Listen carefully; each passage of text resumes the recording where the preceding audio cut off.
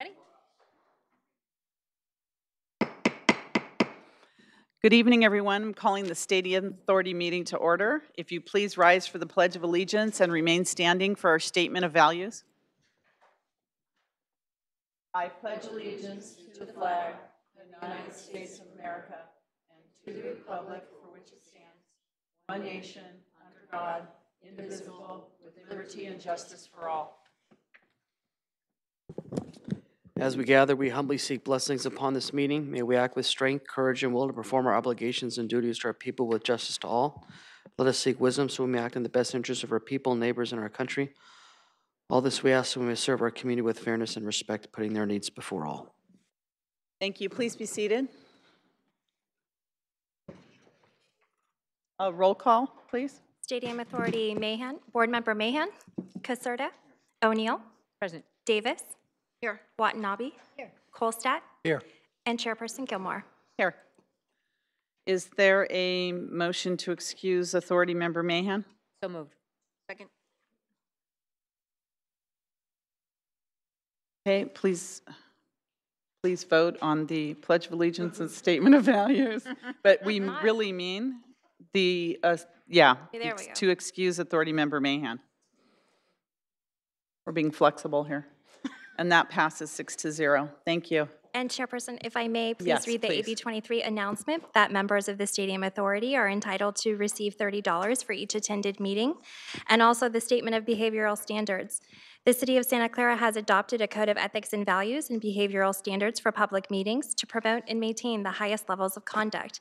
This includes mutual respect, robust discussion, and allowing city business to be done in an efficient and consistent manner. Please note that as the presiding officer, the mayor's direction in matters of process and decorum should be followed, and that use of the gavel indicates all conversations must conclude and everyone in attendance should come to order and attention. Welcome, and thank you for your participation.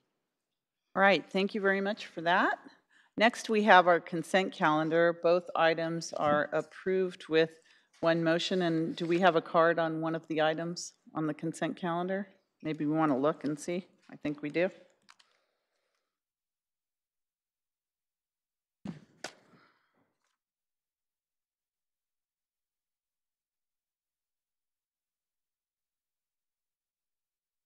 I do have two cards, but the item is not identified, so maybe we can just call and see if there's public comment for the consent calendar.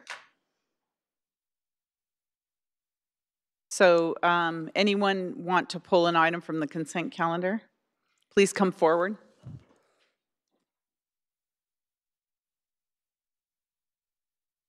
Yes, yes. Good evening. Thank you, City Council. Oh, just to pull the item. Oh, just only. to pull the item. Yes. Which item?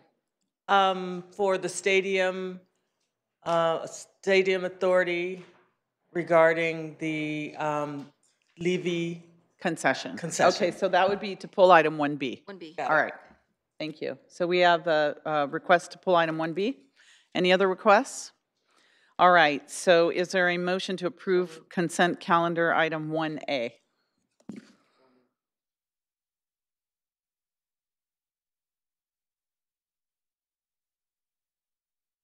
Please vote on 1A. And that passes 6 members. So next we have public presentations, and this is for items that are not on the agenda this evening. Do we have any cards for public presentations? Stadium Authority Clerk?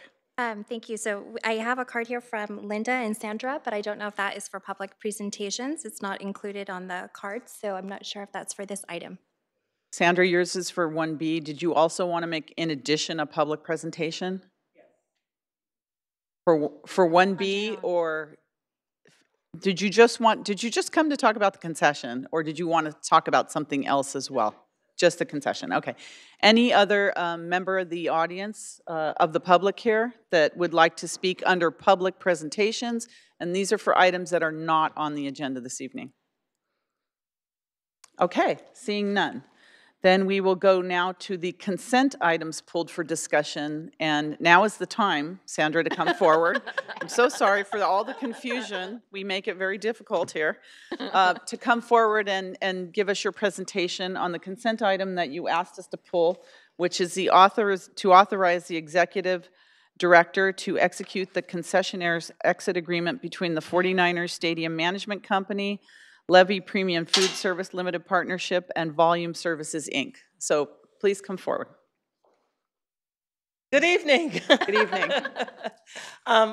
Excuse me. I'm here on behalf of vendors that have been part of the Centerplate concession company I'm one of their clients. And so I provide food services and have been since the beginning of the stadium.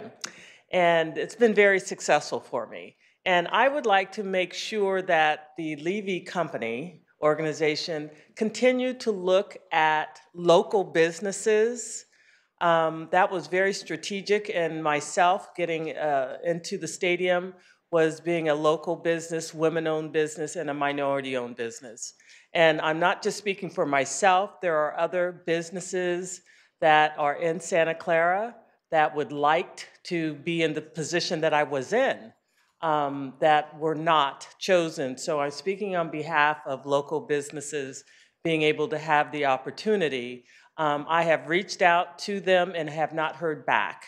So I would like to make sure that City Council support us and local businesses with the new concession company, Levy.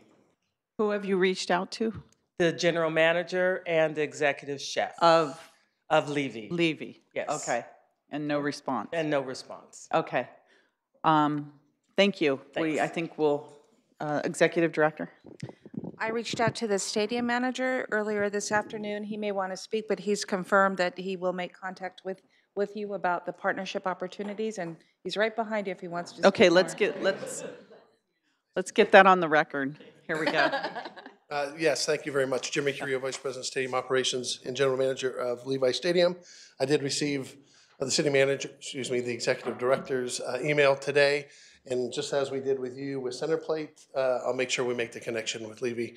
We're very happy with your product, so we'll make sure that you and others. And others, correct. Absolutely, who are interested in doing that. We did that with some of the local schools already. So I'm actually quite proud of the outreach that Levy's already done, but as you know, they're all drinking from a fire hose. So I think we just need a little bit more time. We'll make sure that happens. But So thank you for maybe that. we can get a report at the next meeting on this? Certainly happy as well. to push that to So we can get it in writing. Indiana. Thank you. Absolutely. Thank you. And thank you, Sandra, for coming. All right, next item we have on the agenda. Oh, all right. Are there any other questions about this? Let me see if there are any other speakers. Authority Member Caserta. Sandra, I want to thank you for bringing this up. Under the leadership of Mayor Matthews, we really reached out to have a minority business consortium and focus on local, specifically businesses. And hopefully soon we're going to bring a CEDAW resolution here on a Women's Bill of Rights to look at how they also, in regards to hiring with gender. So, and I appreciate, Mr. McCurry, that you brought that up and that Mayor Gilmore has asked us to put this back in writing. So that satisfied my concerns. So with that, I'd like to approve the authorization of consent item B. Okay, that's a motion. It's item 1B, so it's authorizing the executive director to execute the concessionaire's agreements. So that's in motion form. And there's a second. Is there any discussion on that? Any other member of the public? All right. Please register your vote. And that passes unanimously. Thank you for that. Next item we have is the adopt the Santa Clara Stadium Authority fiscal year 2018-19 recommended budget, approve the stadium operation and maintenance plan, and approve a budget amendment to the fiscal year 2017-18 Santa Clara Stadium Authority adopted budget to reduce the total outstanding debt by $13.5 million, and we have our authority finance director, Angie. Good evening. Welcome. Did you want to talk first? I'm sorry, I didn't know who was speaking first. tag You teaming. looked ready to go, so.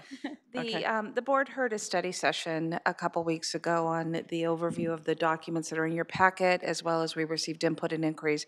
In your packet as well is a list of all of the questions that were posed by board members and our responses to them. While the positive feedback from the study session was that we provided high-quality documents, that, clearly there has been progress and collaboration, and it's evident in the documents. I want to underscore that this came through the very hard work of staff, and particularly Tyler Cook and Angie. Tyler, I'm not certain if he's here tonight, but he is right there in back of me. He's been diligent, and the positive is that we have some quality documents in front of the board, and the oversight was not acknowledging the difficult work that staff did in our study session, and I wanted to start with that before we got into the PowerPoint presentation. So thank you, Angie and Tyler. I really want to echo that, because a lot of the questions, I had quite a few of them that were posed at the study session on the budget, were answered very methodically here in the report. And I know going forward, we are trying to get as much information as we can. We still don't have everything, and I know there's 4 years of missing documents, but at least starting in this 5th year, we're going to start out on the right track to get as much as we can, so that we can make intelligent decisions up here. But thank you so much for answering, the whole staff, all those questions, and we posed quite a lot of questions. So Angie, thank you. Let's get started. I also want to mention we also had an email after the study session from a member of the public that also asked some questions. So if they, as you're reading them, if they weren't asked at the meeting, it's because we got them after. Thank you. So this is a slide that I actually also presented at the budget study session. This is our development calendar. In January, we worked with Manco to decide on a date when all the documents were going to be given to the Stadium Authority. In February, we received those documents as part of the Stadium Operations and Maintenance Plan, or SOMP, as we call it. We received the annual shared expense budget with a 5-year projection, the annual stadium operations budget, the annual public safety budget, which is included in the packet as a standalone document, capital expenditure plan with a 5-year projection, and also at the study session, the non-NFL event marketing and business plan was presented to the board. In February and March, staff analyzed Manco's budget submission, and then on March 13th, we had the study session, and today, March 27th, we are in the public hearing to approve the budget. The budget is made up of several different sections. We have a very robust executive director's transmittal letter. We have the organizational chart that is separating the treasurer and auditor functions as approved by the board previously. General information, year in review for both the NFL and non-NFL events. The operating budget, and again, that's on the accrual basis as we approved on the third quarter budget report. When we presented it to the board, it was approved. We included the Stadium Authority general and administrative budget breakout, and this is something new, was not in any of the budgets before that. We also have the stadium manager shared expenses and the 5-year forecast, the debt service budget, and then the capital budget. I won't go through these. You can see that we are budgeting total revenues of $130.8 million. I would like to show you on this part, this is new to the budget, the non-NFL event revenue of $62 million. Before, in the past, you would have saw a net non-NFL revenue number, and we put in the gross number. And also on the expense side, you'll see expenses are budgeted also to be $130.8 million, and that we also broke out the non-NFL events expenses. And then just to show you these 3 line items, the senior and youth fee, ground rent, and performance rent are paid to the city, so it's a total of $3.2 million that goes to the city's general fund from the Stadium Authority. And this is what I had mentioned previously on the general and administrative budget. We broke it out to show you where the funding is going, and so that budget is $1.7 million, which makes up 1.3% of the total budget for the Stadium Authority. On the discretionary fund, this was a Harvey Rose audit recommendation to start breaking this out and showing what we are projecting as a beginning balance, what we are projecting to receive, and then what we're projecting as an expense. The $990,000 as the expense is just giving us the spending authority, is not allocated for anything at this time. And I wanted to break this out a little bit. The chair, mayor, had mentioned before that it was kind of confusing the way the ground rent was shown in this table. So I wanted to kind of break it out a little bit. The reason we show the ground rent is it's part of the performance rent calculation. We take half of that. So if you can see, we are budgeting $320,000 for to receive from ground rent, and then we have the non-NFL event revenue and non-NFL event expense that I highlighted earlier. And we get to the non-NFL event revenue number of $5.6 million.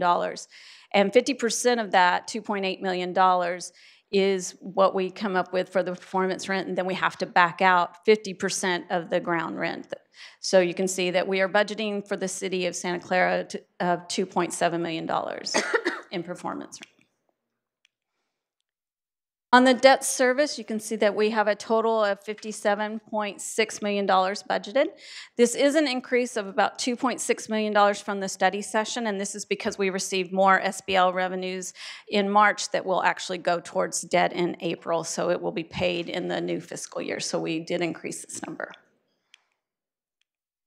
In this chart, I just like to show it because I like to show you where we were in March of 2014 at $653.4 million in debt, and where we are projecting in 2019 to be at $343.8 million. So that's a really good, you can see debt is really decreasing quickly. On the capital side, it's $7.9 million. Stadium improvements are $6.2 million, and that includes the community room build-out of $630,000 and the public safety budget of about $1.8 million. Of that $1.8 million, 1.4 of that is a carry forward for street signage, CAD replacement, and a med cart upgrade. We also have the stadium warranty-related construction of $1.7 million, and that's the remaining part of the original stadium development construction budget. We are asking for a budget modification tonight of $13.5 million, and that, again, is because we received additional SBL proceeds, so we want to increase that. And then on the debt service side, when we went to accrual method, we were at third quarter, this modification was left out, so we want to make sure it's corrected. So we are asking for an increase of $13.5 million in the 17-18 budget to pay towards debt. In conclusion, just wanted to highlight that the budget document includes the implementation of 14 Harvey M. Rose audit recommendations. And as I mentioned earlier, the public safety budget and the capital expenditure amortization schedule are included as a standalone document. And as we discussed, staff has included the responses to questions received from the board and the public from the March 13th, 2018 budget study session. And with that, it concludes my report. If you have any questions, I'll be happy to answer them. Okay. Authority Member Davis. We still have, okay, can I reserve my right to make a motion? But Angie, I just wanted to thank you for the breakouts, because that's very important so that we understand a little better where the money's going and the debt pay down. And I don't think I have any real questions for you right now. Thank you. Are there any other questions from the authority? Angie, I want to make sure that we're not limiting the public safety. There's no cap on the public safety costs for football games in this budget. Correct. So that there has not been any money included as far. All right. So I don't have any other questions. Is there any members of the public wanting to speak on this? Do you have any cards? I just want to check to see if Linda is for this item. No. It's not for this item, Linda? Okay. We're getting there. Anyone else want to speak on the budget? All right.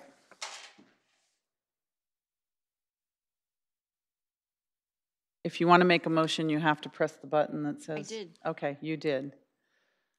I don't see a speaker. I keep looking. So why don't you make Did a it come motion? back up again? I'm sorry. Oh, there you go. Yay!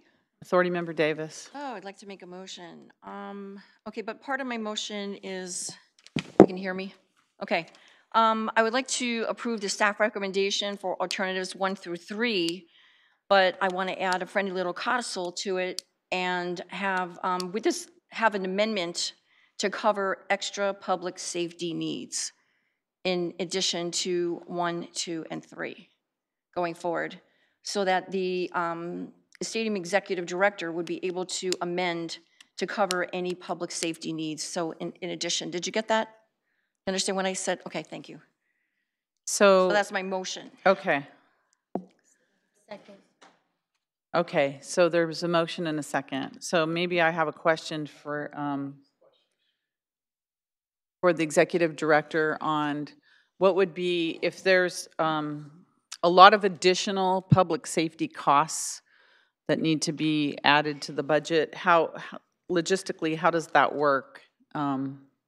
Based on this motion, because there's not a dollar amount associated with Public safety. and any additional monies that may be expended towards public safety. So how would that work? So if there is a budget amendment based on trend spending over the course of this fiscal year, I would need to bring forward a budget modification, much like what we did this evening, so that the board can consider it, and then if so approved, I would go proceed and implement it. But I do not have the authority on my own to modify the budget. It's an action that the board has to hold and I have to recommend or bring forward. And I think that makes sense. So I'm not sure, yeah, if you want to take that off. Authority Member Colston? Since a budget increase would have to come back to the board, would that be an appropriate amendment to add now, since it's already allowed for? Amendment for her to direct her to at least execute for public safety needs in case that goes over the top. There's nothing in here that covers us other than an amendment to this budget, which we have the power to do. I think that might be illegal. That's Well, illegal? let's not talk to each other, Oh, sorry. okay? I mean, not that way. We can talk to each other, but not this way. Okay. Authority attorney. City Yes, authority member I attorney. think we should stick to the process that's in the lease and the management agreement, because our creditors, the people that lend us the money, are expecting us to follow the actual budget process that comes forward. So if you understand that all the revenue and expenses have a priority in terms of repayment of the debt, and I think it's important that we stick to what's in the lease and the management agreement, at least in terms of the approval of the budget process, and we not grant out authority outside of that, the process that's in those documents. I think it's a safer practice rather than to try to grant some kind of extra authority to the stadium authority director. I Executive think it's director. noted here that there is an interest in, if there's additional public safety needs, to bring that action forward to the board. And certainly there's a budget process in place already for the board to consider. It's been practiced in the past. I've seen amendments be done, and we'll continue on that path for public safety needs. I get it, and so noted. So noted. Okay, so I guess I can recant adding the amendment legally, Brian. So then I guess my motion remains to accept the recommendation of staff for items 1, 2, and 3 to be approved. Okay, there's a motion and a second. Authority Member Colstead, did you still want to speak? Yep. Okay. And so I just want to say I understand the concern is that if there's a public safety issue, that we expend the funds necessary to deal with the public safety issue and then adjust the budget accordingly. I don't think we wouldn't deal with the public safety issue because it wasn't approved in the budget. We would still deal with the public safety issue and then adjust the budget. So please vote on the motion for staff recommendation. All right, thank you, and that passes with 6 members here. Okay, our next item is the verbal report on the city's response to incidents that took place at the Mexico versus Iceland soccer game held at Levi Stadium on March 23rd. Executive Director or Police Chief? I don't know who's taking this. And we have a PowerPoint here? Or do we? Yes, we do. Okay. Good evening, Madam Chair, Board, and Executive Director, and citizens of Santa Clara. I'm here tonight to discuss the Friday night's soccer event out at Levi Stadium, and I appreciate having the opportunity to talk about it. I do have my Special Operations Captain, Steve Burris, that will provide more detail of chain of events that evening, and hopefully we'll be able to answer all your questions that you might have. So the event this last Friday was on the 23rd. It was against Mexican national team against the Iceland. It started at 2 p.m. when the parking lots opened, and the event was over approximately 10:15. Kickoff was at 7 o'clock, and we had close to 64,368 people attending.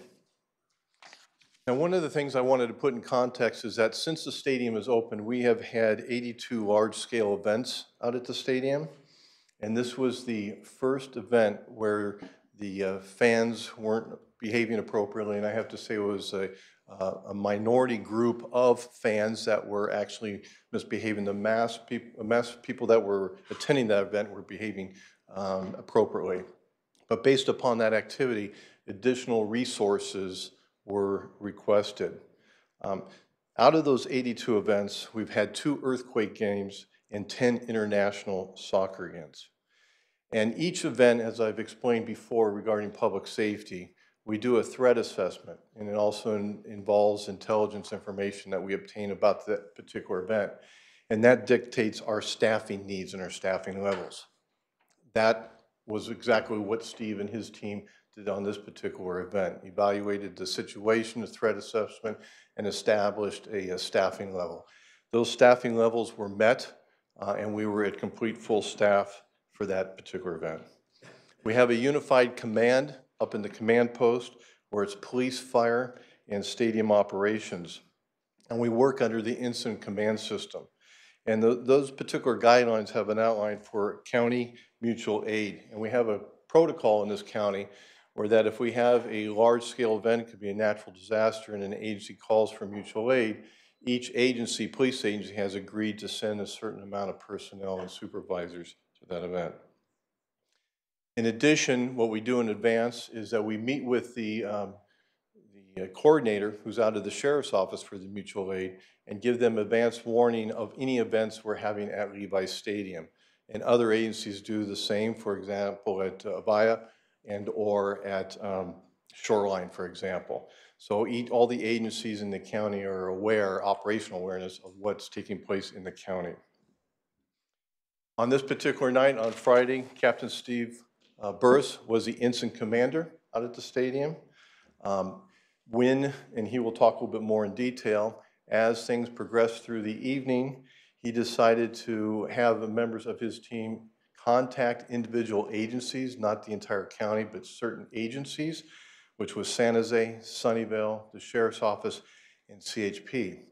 And the reason for him to reach out to those specific agencies, it was designed because those agencies were already represented at the stadium. They already had assignments at the stadium and they were familiar with it. And we didn't want to bring in other outside agencies that may not be familiar with it. We want to have a very organized deployment. He contacted, or a member of our team contacted these individual agencies and asked the amount of personnel that they would be able to bring if we needed them later on in the evening. Later, a decision was made, and these requests, these additional resources responded as to the stadium. They're very organized, and they were brought in to supplement our current staffing levels at the stadium. And I have always said, and I have continued to say since this incident, that I completely support Captain Burris's decision to bring in these additional resources. And based upon bringing these additional resources, We did not have any significant injuries to our fans, no injuries to our police officers. We didn't have any significant use of force issues related to this, and fans were able to safely leave that event without any issues. So that ended up being good. So at this time, I would like to introduce Captain Steve Burris and have him come and talk about timeline and more specific details. And if you have questions, he should be able to answer. Thank you. Thank you. Welcome, Evening. Captain Burris. Thank you. As the chief mentioned, he covered pretty well the kind of the overall picture that we had that night. We went into a planning phase when we knew that the soccer game was coming. It met all the same criteria we do for all of our pre-planning events. We followed the guidelines, the best practices, and we knew in advance that, like any event, there could be a potential for us to need to draw in additional resources. When we plan for these large-scale events, we have to be able to respond to obviously what's occurring that night, what's planned. You can have fights, you can have any activity of crowd misbehavior, crowd control issues. So we're prepared for anything from an earthquake up to a terrorist attack is kind of what you have to gear up for. In this event, there was nothing that was indicating that the crowd would be a significant threat. We established based on prior events and prior intel on where this team has traveled in the past that there would be a need for a crowd control element. We reached out to the Santa Clara County Sheriff's Office, and we had a designated crowd control team, the one that monitors our entire county, on scene that night. They were positioned at the gates to help control the influx of people during ingress, and then they were put in the field to help control the field and prevent field incursions during the event. This event was going fairly well as we moved into the first half of the game. Towards the end of the first half, there was a few fights that sprung up. We started to watch that. Part of our role out there is to make sure that we have resources and the capabilities to respond to any types of these what can occur out there, and make sure our capabilities are still up to speed. We can respond to anything that happens. As we started to get a few more fights, there was a series of fights and calls that occurred in a short period of time. Watching what resources we had out there, they became quickly involved to quell these fights and control them. As those units became tied up, it started to become apparent that our capabilities were becoming reduced. So if I had to respond to something else or something more significant, I was kind of losing the capacity to do that. We had planned for, as we always do, the ability to bring in these other resources. When we talk about mutual aid, there's several layers of it. And I think to put it in context and to be clear, this wasn't the type of mutual aid or a call for emergency services. If something were to happen tonight in the city or during the day or at the school and it quickly overwhelmed our resources, we can hit the mutual aid button and what's initiated as a code 30, and every agency would send every available asset. That's good and bad. You get a lot of resources on scene quickly, but you also have kind of a management and control issue from all those resources coming in. Most of the agencies in our city are not familiar with our stadium. The partnerships that we've developed over the last 4 years with the CHP, with the Sheriff's Office, with some San Jose Intel units, and with Sunnyvale has allowed us to rely on each other for reinforcement and for assistance. Those units were in place. They were serving a specific function at the event.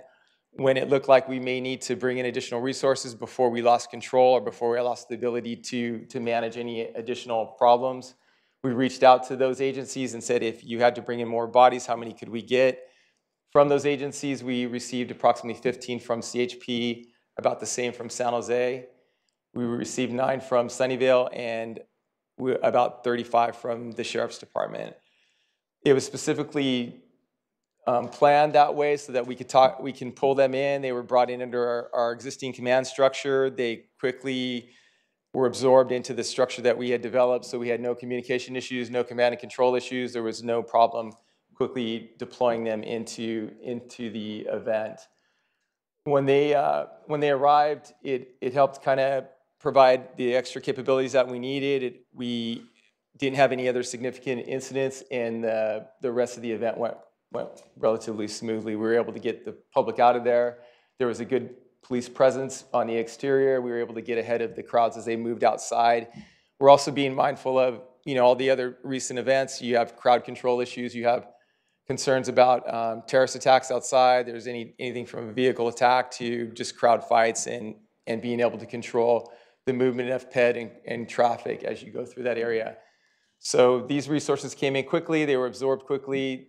They supported the existing units that were already there. They were folded into their own natural command structure, and we were able to manage the event and have a peaceful outcome.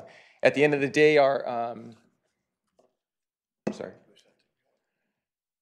the number of incidents and arrests was relatively low compared to some of the previous events we've had like this, and I feel that it was a successful outcome. There's obviously a timeline here that's taken from the overall event, and I can answer any questions related to that, but I believe the leading up to it, we had planned for a football fiesta, which opened at 2:30. That was brought into our parking lot. That has helped in the past provide us the ability to keep people from parking in our neighborhoods and partying out in our parks like we've seen in the past. We usually are able to draw them all into the parking lot where our resources are. So that actually was a successful part of our operation. They maintained that position out there until the kickoff. We were able to get them into the gates. We had some fans wait till the last minute to enter the venue, and because of that and all of them coming towards the south side of the event, we had canopies, the two south canopies kind of get saturated with people. We had to put additional resources down there for a small period of time to get that under control. After that, we moved everyone into the event, and we were watching closely the fights, the number of calls for services, and working closely with stadium operations, we were able to determine that instead of going to the 70th minute mark, we would cut off alcohol at halftime. So that was coordinated before the halftime occurred. So we're roughly 45 minutes into the soccer event when we're going to shut off alcohol, which is relatively a short period of time. The management team from the stadium worked with us. They got security and personnel in place to do what we call a soft close, so there wasn't an abrupt issue at the lines. We capped the lines both on the concourse as well as inside the clubs, and that was able to provide an ability to calmly and in a controlled manner close out the alcohol. There was no issues related to that, and that's done that way to prevent any kind of disturbance or us provoking a problem with abruptly trying to block lines or kick people out of lines that have been standing there.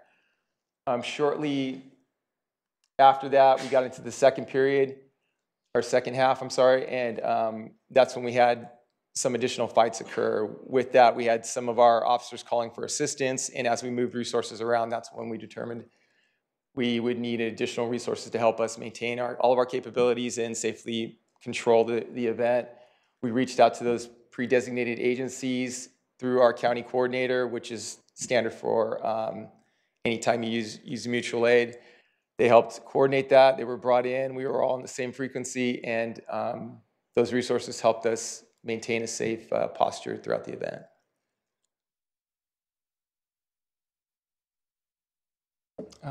There's an incident summary we were asked to provide for. There were 24 arrests, 4 citations, 50 people were ejected, and 4 people were transported with non-life-threatening and basically minor injuries as a result of some type of either fight or altercation inside the venue.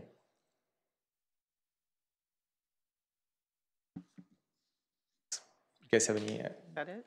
Yeah, thanks. Okay, I'm sure there's some questions here. Probably for you and the chief. We're going to invite the fire chief up also to provide a verbal overview. What's that? We're going to invite the fire chief up Oh, the also fire to chief, provide an yeah. update. I'm sure there's a fire report as well. Good evening, Madam Welcome. Chair, members of the Stadium Authority Board. The soccer match was it turned out to be moderately busy for our fire department responders. There were 18 total calls for service, and we anticipated this volume prior to the start of the event. So our personnel were busy but not overtaxed. Calls started to pick up about 6:30, about a half an hour before the start of the soccer match. There were 4 patient transports to the hospital, which we expect for an event like this, 2 to 4 transports a game. All patients were transported by county ambulances. Those are the rural metro private ambulances that were dedicated to the event. So none of our 2 city ambulances were used to transport those patients, and the injuries were non-serious or non-life-threatening. So in a unified command at the stadium, the fire department incident commander worked to support the police department, and we did that by making contingency plans to bring in additional ambulances and identify the travel routes for these ambulances should they be called. We worked with the county EMS authorities to redirect some of their existing system ambulances, move them closer to the center of the county so they could be drawn upon if necessary. So all those contingency plans were made in support of the police department, but fortunately, those contingency plans didn't need to be activated. So bottom line, it was a mildly busy event for the fire department in support of the police department, and we had the resources on scene to handle it. Mildly busy, okay. Yeah. All right. Is that it? Okay. Anyone, any staff members before we? There Executive was Director? one last slide, and it was just in terms of next steps for the board to consider, as well as actions that we'll continue to take is, we do have a monthly meeting with Manco this week, and so there is obviously an opportunity for us to continue to debrief and talk about issues that we can use as examples to pre-plan moving forward.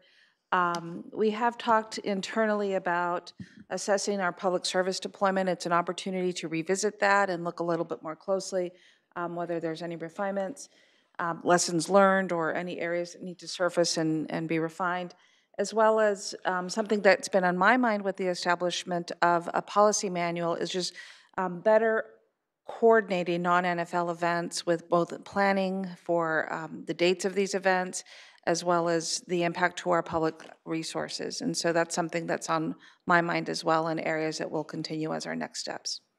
So with that, we're prepared to take questions. All right, thank you. I'm going to start with the council, the Stadium Authority Board, Authority Member Davis. Okay, so I guess, who do I direct my questions at? Captain Burris? Captain Burris. Captain Burris. Hi. Okay, you're not a Stadium Authority Director. Okay, so my first question is, I had to write all these down. I'm reminded that our stadium manager is here. He's standing in the back in the event that he wants to offer comment before.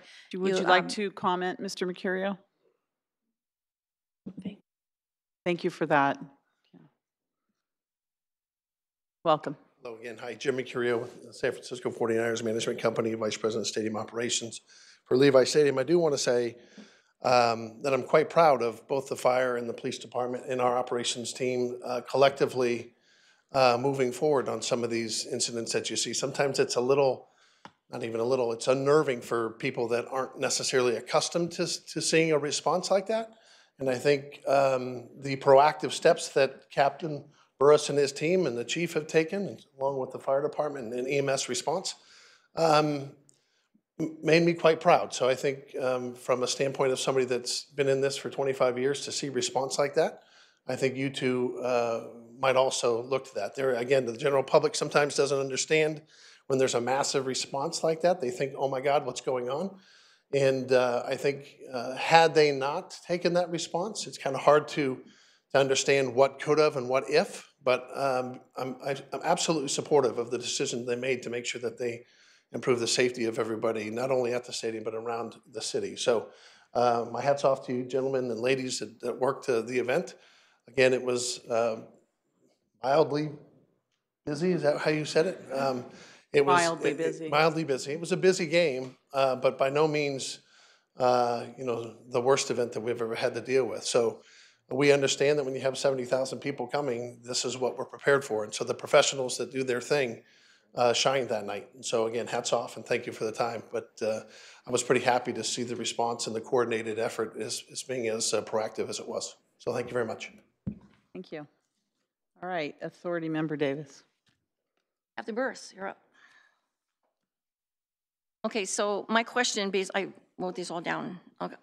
Okay, so my first question was, from the experience that you had, that the game that was played, the Copa America soccer match, and that was June 18, 2016, do you feel that the police safety was better prepared for our officers? I mean, do you feel that they were going to be okay at this event?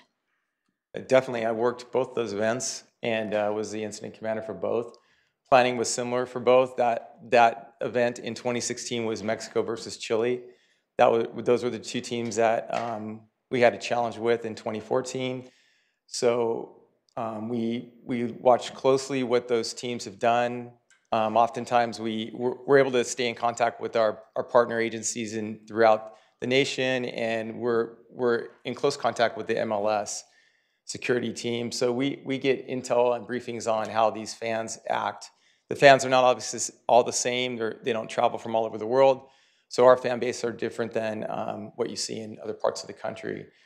But given the fact that this is the third time we've dealt with these teams, we felt very confident that we had a solid plan. Me personally, I've worked here for 25 plus years. I would not send my guys or allow my team or any of our officers to be deployed in an unsafe manner for any reason or anyone. So I felt very confident that we had that in place and we had the resources ready and we could scale rapidly if we needed to. I never felt we lost control of the incident, and I think we responded appropriately to what we had. So at any time, none of our officers were in any danger because they usually, from what I understand, they have their posts and then sometimes they're in pairs, but I heard there was utter chaos there and they were paired up so that they wouldn't get surrounded by a crowd, so there would be an incident. So if you have one police officer and you have fights all around them, they have no way of getting out. So that was my concern about our officers being in there, also double badgers. And another thing that you brought up that really scared me was you said other agencies are not familiar with the interior of this stadium. Do we need to train these people around that are going to be our go-to agencies or municipal aid? Shouldn't they know how that stadium is laid out? I mean, to me, that's like basic 101. I mean, we have double badgers coming from other departments, and how could they not know the interior working of that stadium? So that bothers me too. They might get caught in a place that they can't get out of. So it was just concerning to me because I heard people that attended this and they were scared. They were very scared. And that's just residents.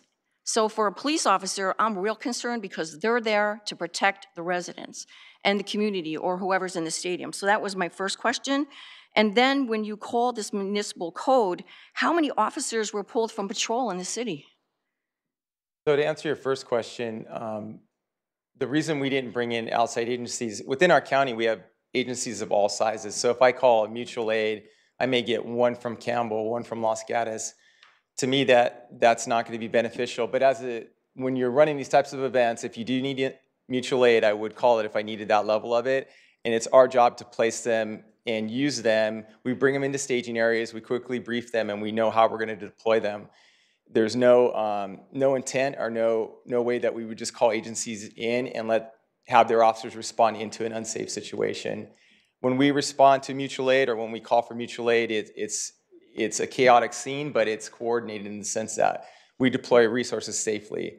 None of our officers should be in peril or put out there in harm's way. It's a dangerous job. Our officers do work those stadiums. And they did call for assistance. They called for code 3 fills, just like you hear on the street, because they're involved in fights. They need additional resources there. If you don't have a large enough number of officers that are around them at the time, the crowd can be incited around them, and you're putting your officers at risk. Knowing that and knowing what they were up against, it was important to me to make sure we had the right number of resources there. That's why the preemptive call was these pieces were staged. We knew how we would use them, and we knew how long it would take to get them there. The minute I felt like we were getting into an area where I couldn't provide enough resources to my officers, then I called for additional resources. I can tell you I can't guarantee the safety of all of our officers out there. It's a dangerous job. They know that when they sign up. But it's our job to keep them as safe as possible. I would never send them out without the tools to do the job.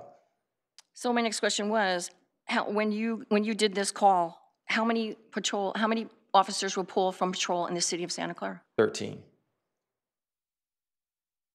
And how long were they in the stadium that left us kind of out there?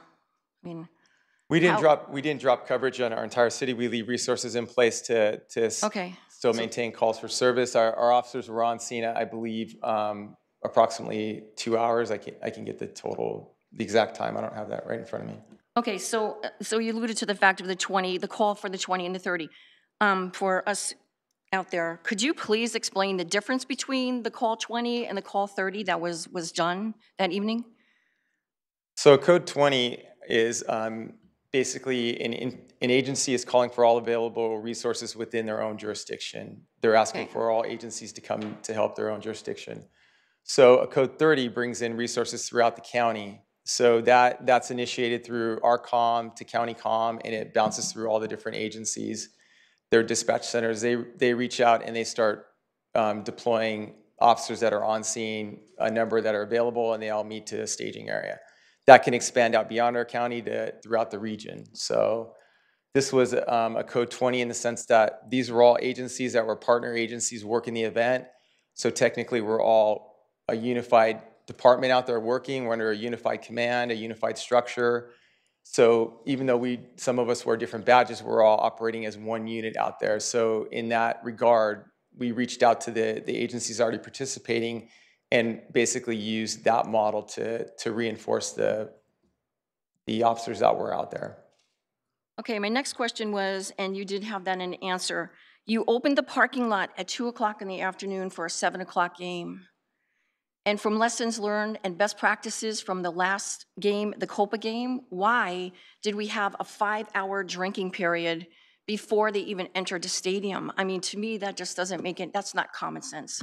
So I think we really have to address that and look at that, knowing that these people are passionate about their team, that this is who they are. So I just think that time is not right. I heard that people were coming in so trashed. They were going through the magnetometers trashed. They were allowed to enter the stadium that way. So that to me just lends to a fight just gonna happen anyway. So I was really curious, but you addressed that issue. And my last question was about the agencies not being familiar with the interior of the stadium. I think maybe we need to either have training or have these other agencies come in and walk through the stadium and find out where everything is if this ever happens again, which I hope it doesn't. So those are just my questions for now. Thank you. Authority Member Watanabe, Vice Chair Watanabe. Thank you, Mayor. Thank you, Captain Burris, for being here this evening to address some of these questions. I have a lot of questions, so I may need to go 2 rounds. As you know, I live out in the area, and so I've had a lot of feedback as a result of what happened on Friday night, and I'm happy to see that some of the neighborhood is actually here tonight to address some of their concerns as well and some of the experiences that they had. First question. I keep hearing 70,000, that the attendance was 70,000. And to me, that just reminds me of the Super Bowl. I think the Super Bowl was 70,000. Would you equate this to a Super Bowl event? I know it's a non-NFL event, but would you equate it to a Super Bowl event, a Super Bowl type event?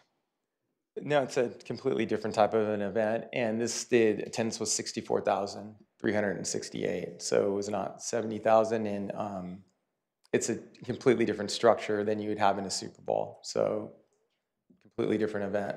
Yeah, because to me, Super Bowl people are, it's a high quality event. Usually people that attend Super Bowl events are, because it's a very expensive event. However, in this event, because it was soccer, the people, it's a different crowd, but still a very large group of people, which to me would seem to indicate that you need either higher police, public safety, at the facility, just to make sure that because it's that kind of an event, it's still a large group of people, that the resources are there to make sure that things that that did happen on Friday night do not happen. Actually, there were quite a few families and actually good people at the event. Unfortunately, 95% of the people there are there to have a good time. They're good citizens, they're good people, and there's a handful that come in and cause problems.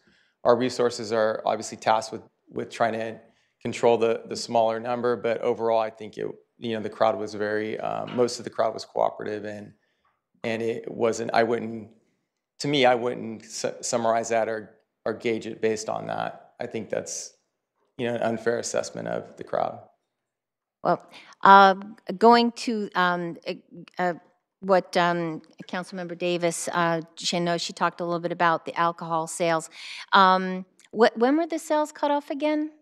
We cut them off right at halftime. So we could have gone to the 70-minute mark. So we cut it off roughly 45, 50 minutes into the game. Okay. So, and that occurred across suites, clubs, everywhere. Generally, our cutoff time is for main concourse. Suites and clubs go beyond that. Stadium Authority, the stadium operations team was extremely supportive, and all agreed to do a full shut-off 45 minutes into the event. Okay. What prompted the decision to cut off alcohol sales? To make sure that we weren't contributing to a trend, seeing additional fights or alcohol, and trying to get ahead of that problem.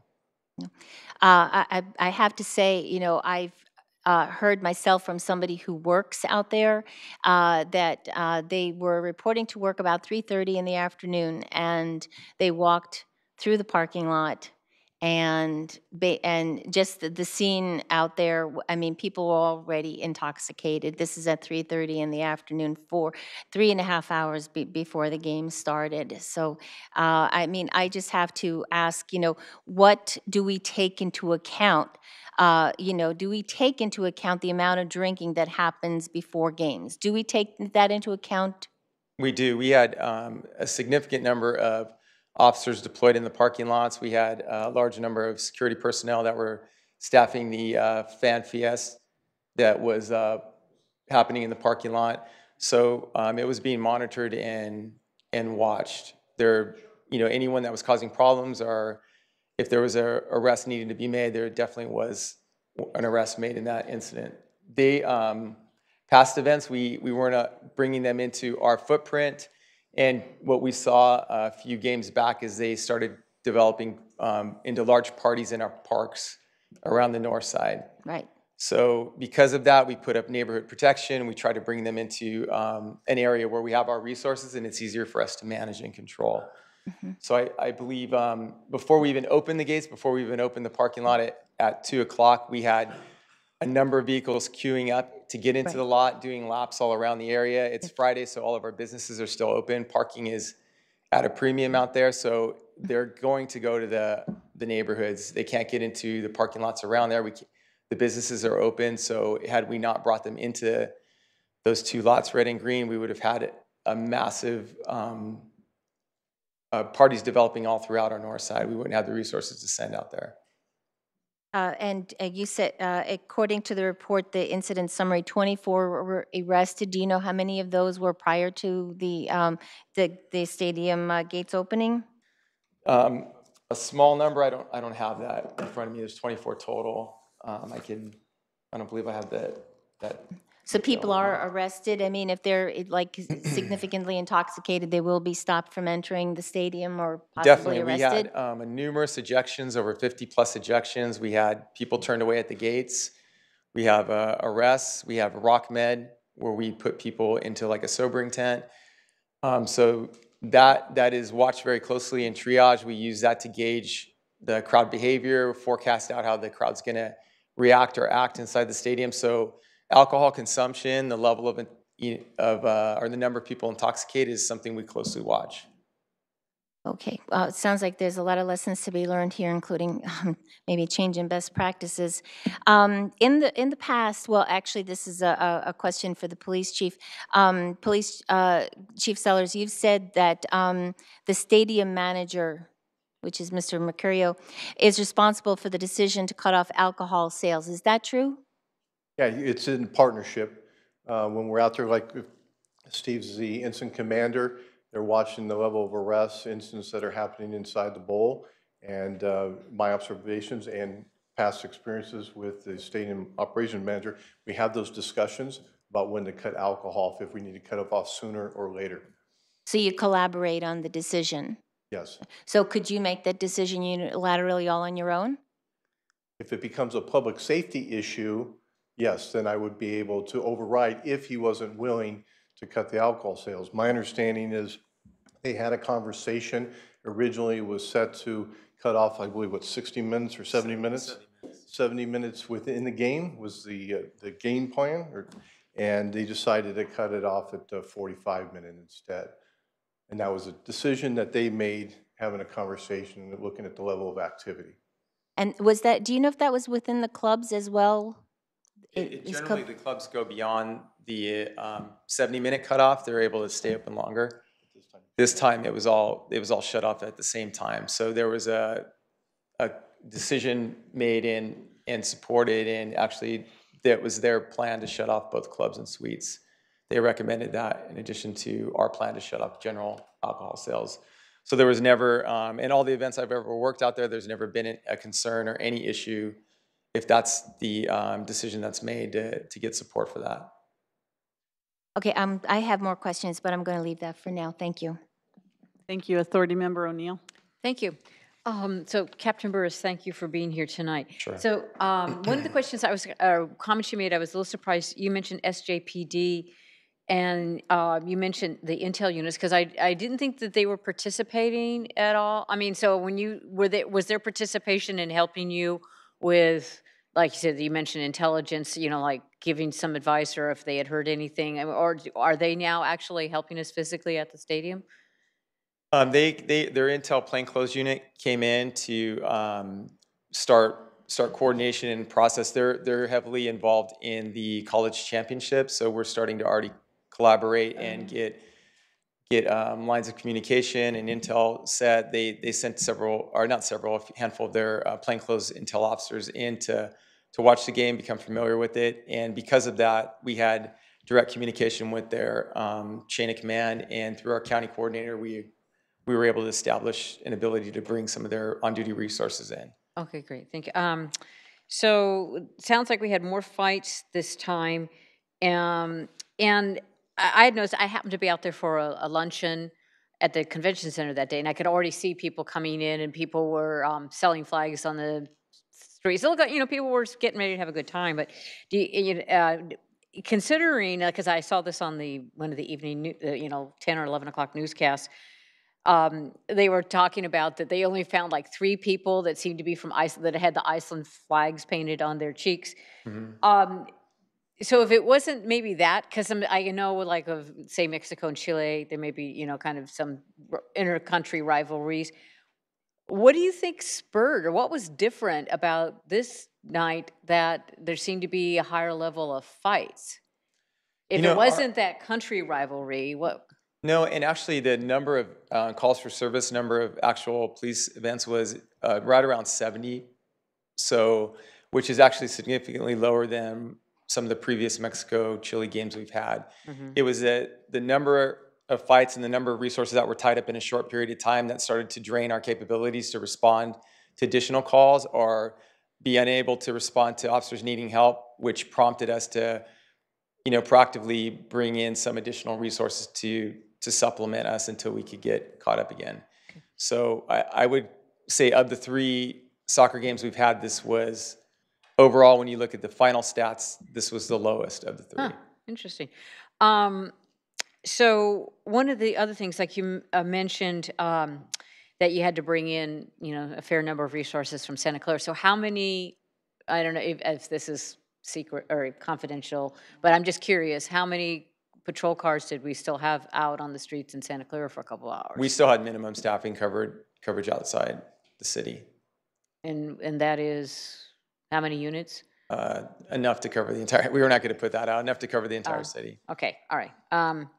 So one of the things, like you mentioned, and I'm trying to figure out what the problem really here, because when the stats that were given on the summaries, the arrests, the 50 ejected, so those people weren't arrested, they were just kind of shown the door?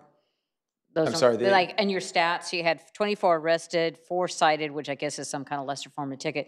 Mm-hmm. You had 50 ejected. Does that mean that they were just like taken to the exit and asked to leave? They Correct. weren't That could arrested. be some kind of behavior or code of conduct violation, cussing, being obscene. They get asked to leave before, as opposed to being arrested. So then, if they're intoxicated, we wouldn't just send them on their way. We would have to manage them, take care of them. So like down in the you know, down in the, it's not quite the base, I don't think it's the basement, but the bottom of the stadium where there is that holding area, do you know how many people were there?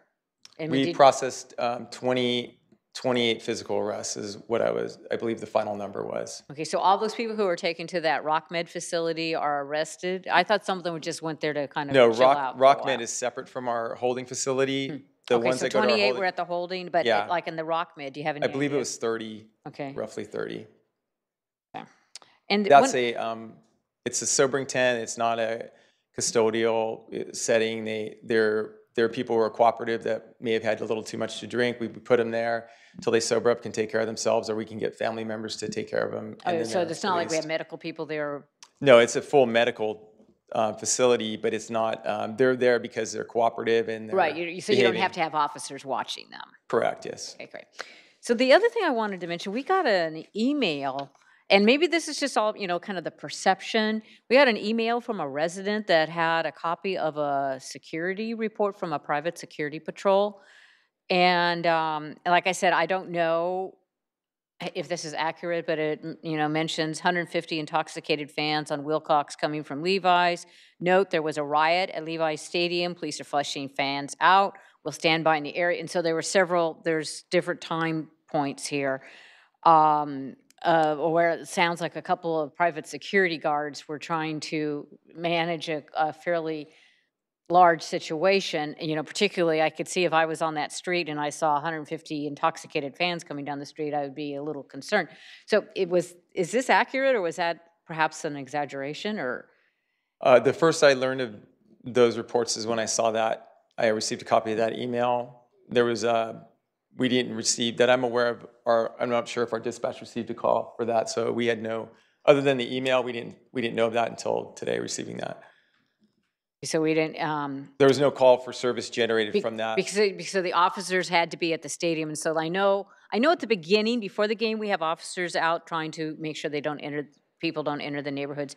We don't do that at the end of or near the end of the game. We have neighborhood protection. That is responsibility for the neighborhoods pre, during, and post event.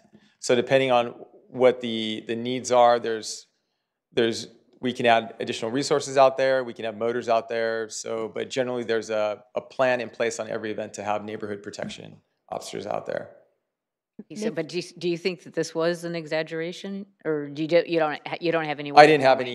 I didn't hear that report that night, and Yeah. I don't believe it came through dispatch. The first I heard of it was in the email. I wonder if maybe some of these people out there might, that might be their neighborhood. Actually, I was going to say, some of those neighbors are here to speak to that report. Okay, I just wanted to, because I was, obviously, when I read this today, I was like, oh, Yeah, because like I said, when I saw the television summary Friday night, I purposely put on the news to make sure everything had gone okay, and like I said, it looked, happy people and, whatever. And then I started hearing things over the course of the next few days that maybe it wasn't such a happy. You're right. I'm sure 95% of the people were well behaved, but it is disconcerting what a small number of people can, and then it starts multiplying on itself. We do get a number of fans that'll park outside of our designated parking areas, and they do walk through Tasman into San Jose. They walk south through our neighborhoods. So I wouldn't doubt that there's, out of 65,000 guests or 64,000, I wouldn't doubt that some, 150 moving south through our neighborhood is not. That's not unusual. No, I wouldn't think that would be unheard of, but it didn't generate a call for services that I'm aware of. So if it had, and we had resources available, we would send them into that area. Okay, that's all that I have for now, but thank you for your answers. Thank you, Authority Member Caserta. Yes, Captain Burris, a couple questions. I know I'm not a math teacher, but you counted 78 people were either cited or arrested, asked to leave. So 78 and 64,500 is less than 1/10%. So the actual bad actors are a lot less than 5%. Is that correct? Yes, I believe that'd be very accurate. And pursuant to Authority Member O'Neill's comments about this email, is it your precedent that if 150 people, a mob, a posse, or herd will infiltrating the neighborhoods, that would be something that in your best practices would be alerted to you instantly? Yeah, I would believe that the neighbors would have called it. I'm not doubting that they didn't see it or have it, but it didn't generate a call for service. So we would, I would expect to get calls for service on that. We can't always guarantee that we'll have resources to send right away, but if we got a call, we would try to get there as soon as we could. So. And I'm really looking forward to the neighbors to speak as well, because they had a direct eyes view on that. The other question is, and I think this was a common thread, and then I want to thank you for another comment you made in a moment. I think the outlier in this was the extended time to drink before the event. So I'd really like to look at that moving forward. But I also want to applaud you. Just a moment ago, one of my colleagues somehow connected that the clientele at a Super Bowl, which I attended, for example, is different than someone that would attend a soccer game. I think that is a racist comment. I think it's a comment that is specious, and I think it's a comment that just divides people. And I want to applaud you for mentioning that you thought that comment was inaccurate, because I think it was just a inaccurate comment. Thank you. Okay, Authority Member Watanabe. Thank you once again. Captain Burris, going back to the neighborhoods, you have talked a little bit about the neighborhoods. How do we protect our neighborhoods? How do we protect the Northside neighborhoods during major events? We deploy a unit called Neighborhood Protection that's designated to be along the perimeter of our stadium, so that generally the neighborhoods along Lafayette and Agnew are impacted by foot traffic, vehicle traffic in the area. So we deploy officers and security personnel out there. We do signage, cone patterns. Stadium also sends out private security to help with that. And we establish some areas that you're not allowed to turn down roadways. We set up traffic patterns that funnel the neighbors through a couple specific spots where we place officers that could kind of help meter or gauge who's coming into the neighborhood. So our goal is we looked at an aerial view of it. We kind of provided access to neighborhoods based on how they're laid out. And we blocked off other roadways that didn't need to be accessed at the time, so only residents could go in and out of there. There are issues with our ability to enforce parking and people going into the area, because at the end of the day, it's a public street. Those are public curbs and parking lots. So some of that limits what we can do to prevent people from being in there. I was just going to make some additional comments, is that the plan that we came up with is really try to deter people from going in, their fans to go into the neighborhoods. But quite honestly, it's a public roadway. And if even at our checkpoints, by stopping people and asking when we have that sticker program so that we're able to wave citizens in who live, we've issued almost close to 6,000 of those vehicle admission stickers to our citizens who live up on the north side. And that just allows a quicker access for them to go through. But even if my officers stop an individual that didn't have this sticker, they don't necessarily have to stop. They can just drive through and go. And we could not legally stop them because it is a public roadway. They have access. The only way we can cite a person who parks, who's a fan potentially, or a visitor, who parks in the residential area, is if they're parking in a fire hydrant or blocking someone's driveway. But if they legally park and they come out and they're wearing all their 49er gear or soccer gear or whatever the event is, there's absolutely nothing legally we can do. My recommendation has been, but I know this is not popular because I've been out in the community quite a bit, is to have resident-only permit parking for that particular area on event days. I've talked to the street department, and you need a large percentage, I can't remember what the percentage is, 70, 80% of the citizens to agree to have residential permitted parking in that area. But what that would do is eliminate all those resources that we deploy on each of those games, and I would allow my community service officers, I'd have 4 or 5 of them, and drive up and down the street and cite everyone who's in violation. However, there's going to be a lot of citizens who probably are visiting, or they didn't get the sticker, or whatever it might be, or some people don't feel that they should have permanent parking in their residence, even if it is during event days. And those folks would also be cited. So when I bring that up with a lot of the citizens at my community events, a majority of the people are not interested. They says, I'll deal with the parking issue, or I'll park my car out in the morning time out in front of my house to take up that parking space, and that way nobody can park. They would rather do that for the 20 or 30 games or whatever, how many events we have per year. So, but I would like to see, for me, to have a residential permitted parking process out there on the north side, because that would make it a lot easier for us. Yeah, I have no doubt, because based on comments that I received and also comments on Nextdoor, there frankly are a lot of people that would like permitted parking. And based on the pictures that I saw, neighborhoods were filled with cars that don't normally park there. They're starting to infiltrate into Rivermark now, where they haven't parked before. I mean, there were people parked up on Laird Circle, which is off of Lick Mill Boulevard. I mean, there's very limited parking in there.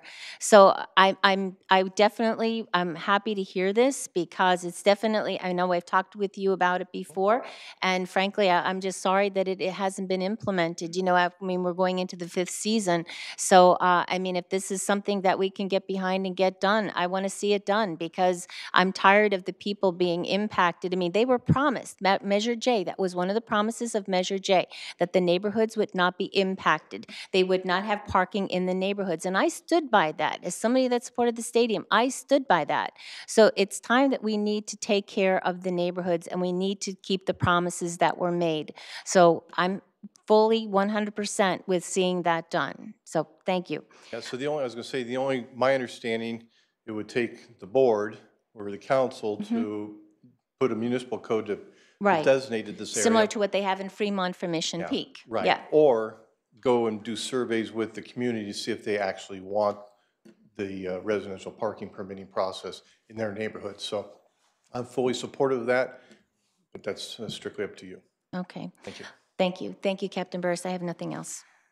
Okay, I have a few questions.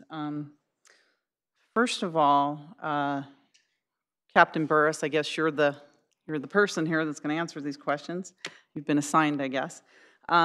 We had Mexico play in Santa Clara in 2014, and then in 2017, and then just last week. So is that the only time they've played? Is that the third time? This is the third time. Okay. So we're all aware that international soccer, especially when you have teams from countries that are close to us, like Mexico, that have a huge fan base here, a huge fan base in the Santa Clara County area and the whole Bay Area. The fans are very excited. They're passionate. They like to party and have fun, and they support their team wholeheartedly. So based upon the experience that we've had from the other games, do you feel that were well prepared for this game on Friday night, knowing what we had known in the past? I honestly do, because I've worked all 3 events, and we did significant planning and preparation for each. And I think looking at the results of the event on the 23rd, I think at the end of the day, there were no significant injuries or use of force. No officers were injured. So I believe it ended well. Did it require work? Did it require moving resources? It did, but that's where the planning comes in. And I think we had a great plan. We had the ability to scale up rapidly. It was a controlled, measured response to what we were seeing. There was never a point where we had like a panicked response. And we also don't want that for the fact that we bring in officers that we're not fully in control of, we don't have communications with, we don't want to put them in harm's way, you don't want to create a situation where people have to use force unnecessarily or be caught up. So it was a coordinated, measured response that was planned, and it was part of our operation, and we could have scaled above that if I needed to.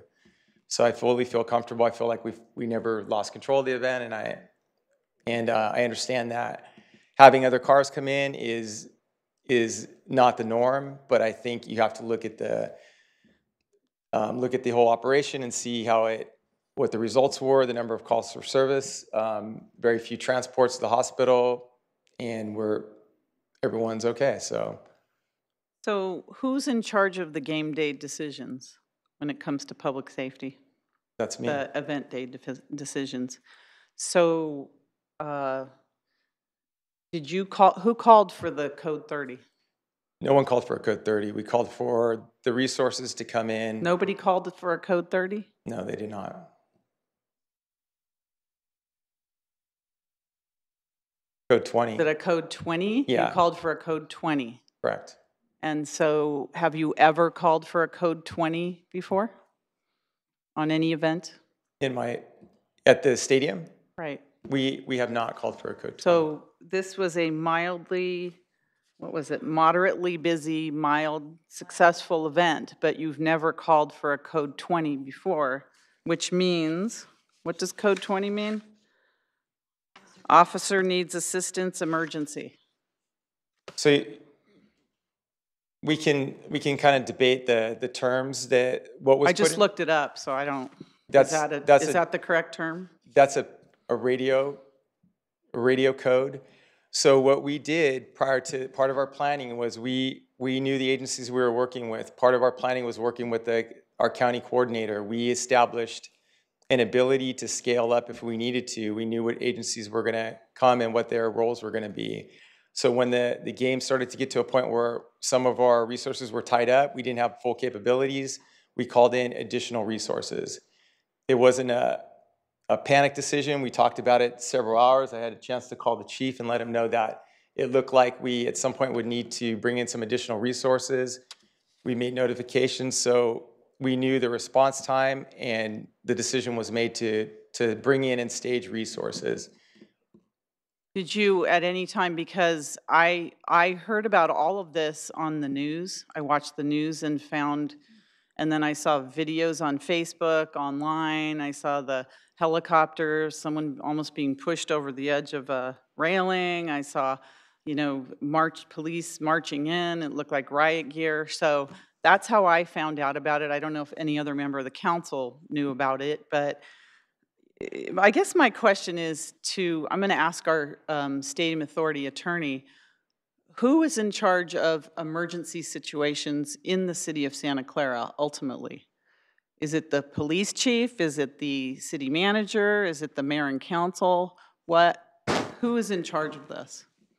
Well, overall, the city manager has authority, and then there's a council for, it really depends on what type of emergency. Obviously, there were police at this stadium, and I think that they were in charge of the situation at the stadium. So the question is this a city emergency or not? I don't know. It seems like it really depends on the situation as to what you mean by an emergency and what you mean by in charge. If there's someone calls a code 20, which is an emergency situation in town, I would have to. we weren't even notified of it. I would have to say I don't. Did you notify I don't know. the manager's office? I don't know. Of the I'm code 20. I'm not familiar with the administrative setup in communications. I'm usually the last to know as a city attorney, so I don't even know what the. No, seriously. I hear about things days after. So I'm not in the loop of who's supposed to tell who and who's supposed to check with who in terms of the administrative setup. I can tell you the charter says that the city manager is in charge of, has the power to basically administer the city. Now, what the setup is between the police chief and the city manager is between the police chief and the city manager in terms of this type of a situation and what the protocol should be in terms of notification back to the city manager and back to the mayor. The mayor has responsibility too as a political leader of the city and as the spokesperson for the city. So there is an arrangement there where all three of you have responsibilities for what happens in the city. But it is, I think it's, in terms of legally, it's set up on a more detailed level through your administrative practices and how you set it up. So my recommendation would be that you make those lines of communication and those lines of authority clear with each other. So we have an emergency in the city today. Who's in charge? Well, the city manager is ultimately in charge of an emergency. Okay, now I'm going to ask our executive director, since you've had experience working in other cities that have large stadiums and arenas, what is a typical protocol when there's a situation? And I don't know if you've dealt with any situations in your experience and in your time in Oakland, so. I've dealt with plenty of these types of experiences with Oakland's background. Let me start first by answering your question. I did receive a text message about the mutual aid request, and it gets back to what I have up on the chart there in terms of next steps with non-NFL events. Here were some of the barriers with respect to proper communication and being able to be more responsive in terms of communication with the council, as well as communication between the chief and I. It had been an extremely long work week for both the chief and I think we both acknowledged that on Saturday. Staff worked, including our PIO/clerk, till 1:15 on Friday morning. And then our staff turned around and provided production and deployment for the Heart and Soul run. And we knew we were going to have problems. We identified those months several ahead of time, and we made special arrangements for which I did send an email out to the council what those arrangements would be. But people get tired, they need to rest, and that was the case in terms of a breakdown in communication between the chief and I in the morning. I went out and joined the run. The chief and staff needed to get some well-needed rest. You're talking the day after this The day event? after, and Okay. so this is, this is why I want to work on non-NFL events with the department. I want to work on non-NFL with Manco because we had the late night event on Friday. We obviously talked about the law enforcement coverage. We had additional coverage lined up for Saturday, for which I sent an email to the council about. That's a special circumstance. But the turnaround time from 1:15 in the morning when I received the last email to staging out for Heart and Soul at, I think what I'm remembering, it started at 4 in the morning. That proved to be very difficult with just the human need to rest and catch up on rest. And the chief and I could have done better with communication. There was a time period when we were not in communication because people just needed to sleep. And so what that shows me is that our ability to ramp up and sustain special events in this community from Friday into Saturday is impaired because of just the turnaround and the need for extra resources. That's a gap that we have to close immediately with all of the agencies and groups involved, because it clearly surfaced to me in Oakland. I can tell you, and I said very publicly at the time when we were working with ports and protest and events, we probably had about resources to cover on our own for about 72 hours, and then we had to start looking at special circumstances for scheduling. That's the reality. Every department has its own special set of resources and how it calls in order to provide coverage. And this weekend was a real learning opportunity for me in terms of how we cover these events. The chief raised it in January of his concern with staffing and coverage, and I think this is before us now in terms of how is it that we move forward. And we've already started the discussion, and we've just got to do better in this area. It showed. Well, I think that, there's some of us up here that think we have a problem.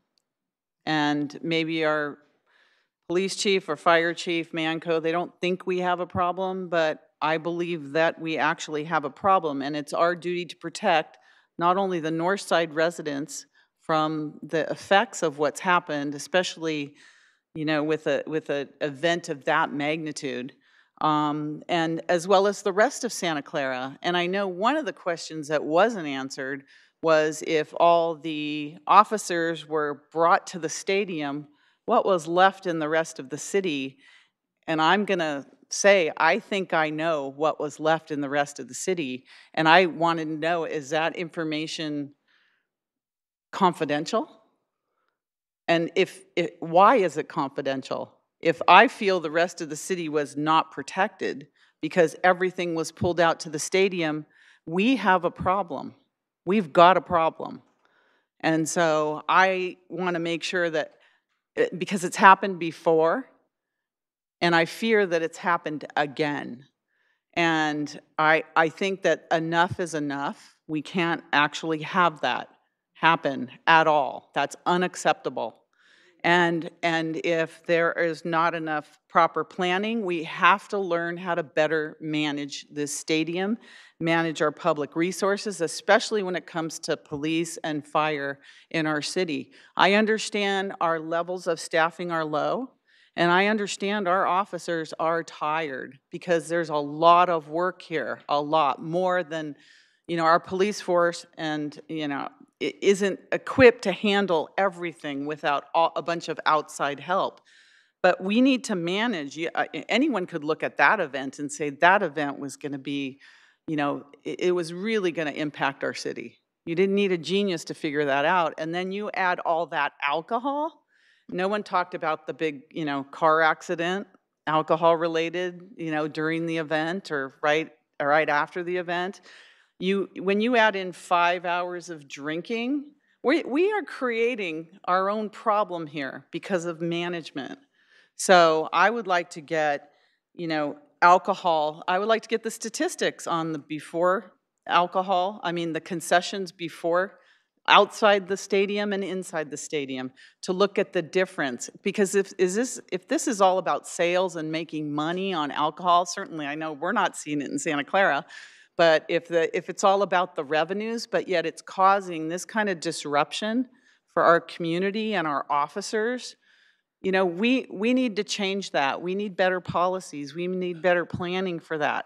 And as far as our neighborhoods, I happen to have a brochure from the election where we talked about, let me just read a couple of key things on a Q&A that was put out between the city of Santa Clara and the San Francisco 49ers. How will transportation work on game days and special events? Number 1, police will be stationed at key intersections to guide traffic. Number 2, stadium parking will not, underlined, be permitted on any residential streets. Over 25% of fans will take public transit, including VTA, Amtrak, and ACE. And there are over 40,000 parking stalls in lots in local businesses near the stadium, and only half are needed for special events. So those are the promises that were made. No wonder, we haven't even heard from the residents, although I've had emails, Facebook, Nextdoor, everything you can think of.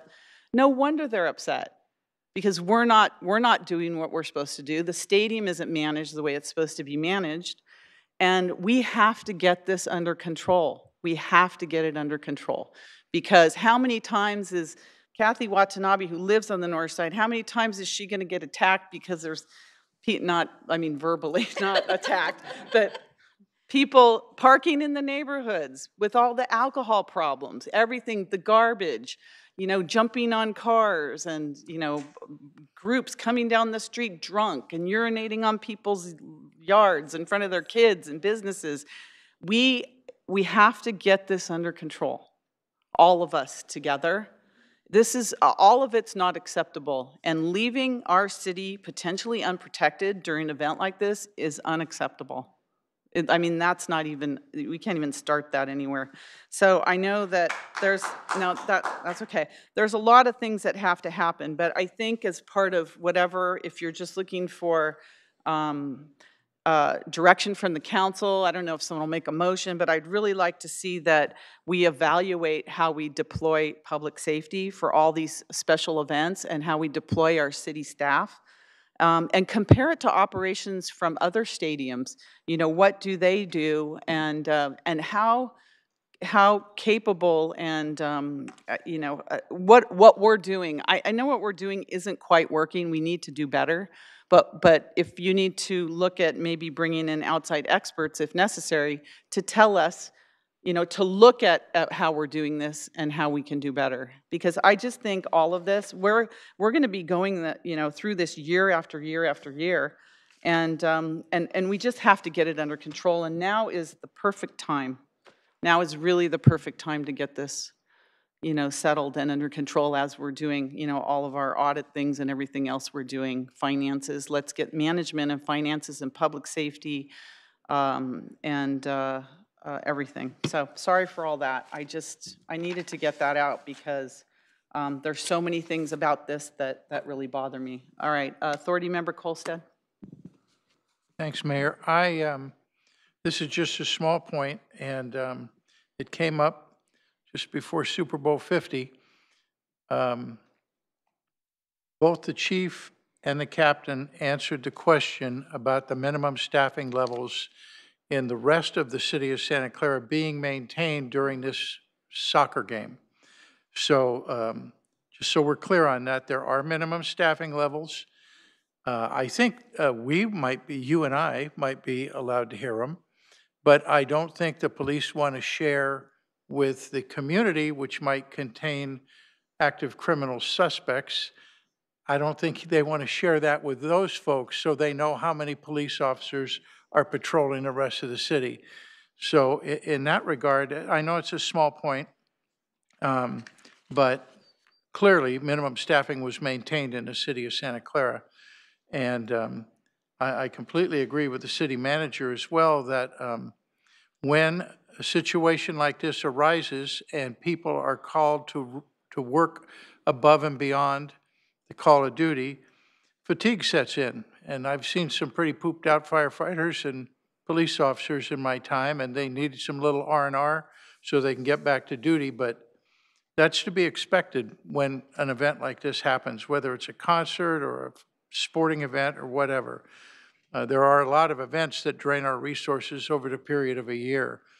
There was an issue about the Code 20, and I just want to state that that was a predetermined agreement that the captain had with the allied agencies, that when they called for a Code 20, the predetermined personnel would respond to the scene and participate in enforcement action. So it may sound like a Code 20 is the biggest deal in law enforcement, and it's a big deal.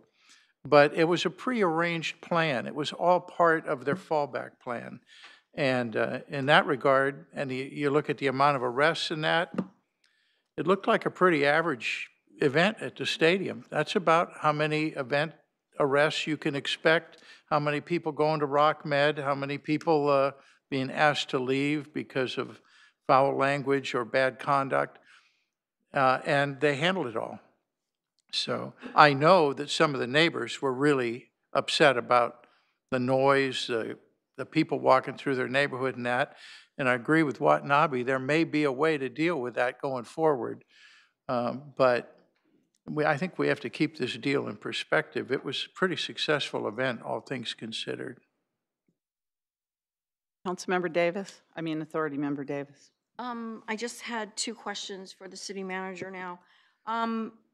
Okay, so the words minimum staffing were used. Could you find out for us what minimum staffing meant to this management plan and bring that back to us? And the second thing is I thought that this call 20 was not planned. So if it was not planned, then we don't pay for the mutual aid, but now I'm hearing that it was planned. So do we have to pay for the mutual aid? Those were my two questions. Can you bring that back to us also? Because if there are costs involved, and if this is going to be known that this Mexico game, it will, if it ever happens again, is going to cost us money, and that pre-planning is going to be there for that mutual aid, we're going to have to build that in, like I tried to get that Second Amendment to cover public safety costs. But I really believe that we really have to look strategically at how we're going to deal with this going in the future. So could you bring that back to us in another time, because I don't want that answered right now. And then to the mayor, I would love to hear from the community. They've been sitting here, and so I would really like to hear what they have to say, and I would like to reserve comments for after that and also make a motion when we're ready. Thank you. I have some speakers here. We'll start with Marshall Caldwell, and then Linda Nepper, and anyone else if you want to fill out a card, or otherwise you can come straight up.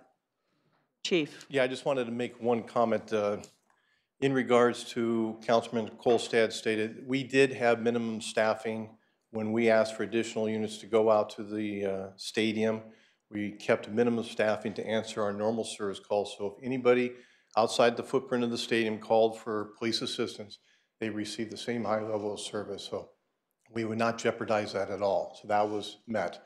And number two, I have to defend my team. They have done a phenomenal job. We have had 82 successful large-scale events, and this is the first time out of 82 large-scale events that we had to call in for additional resources to make sure that event was safe. Avaya has 18,000 people over there in attendance. They've already called for a Code 20, which we assisted on. Shoreline, multiple times. And this is the first time. My guys work their butts off. They make the staffing levels what they believe it should be.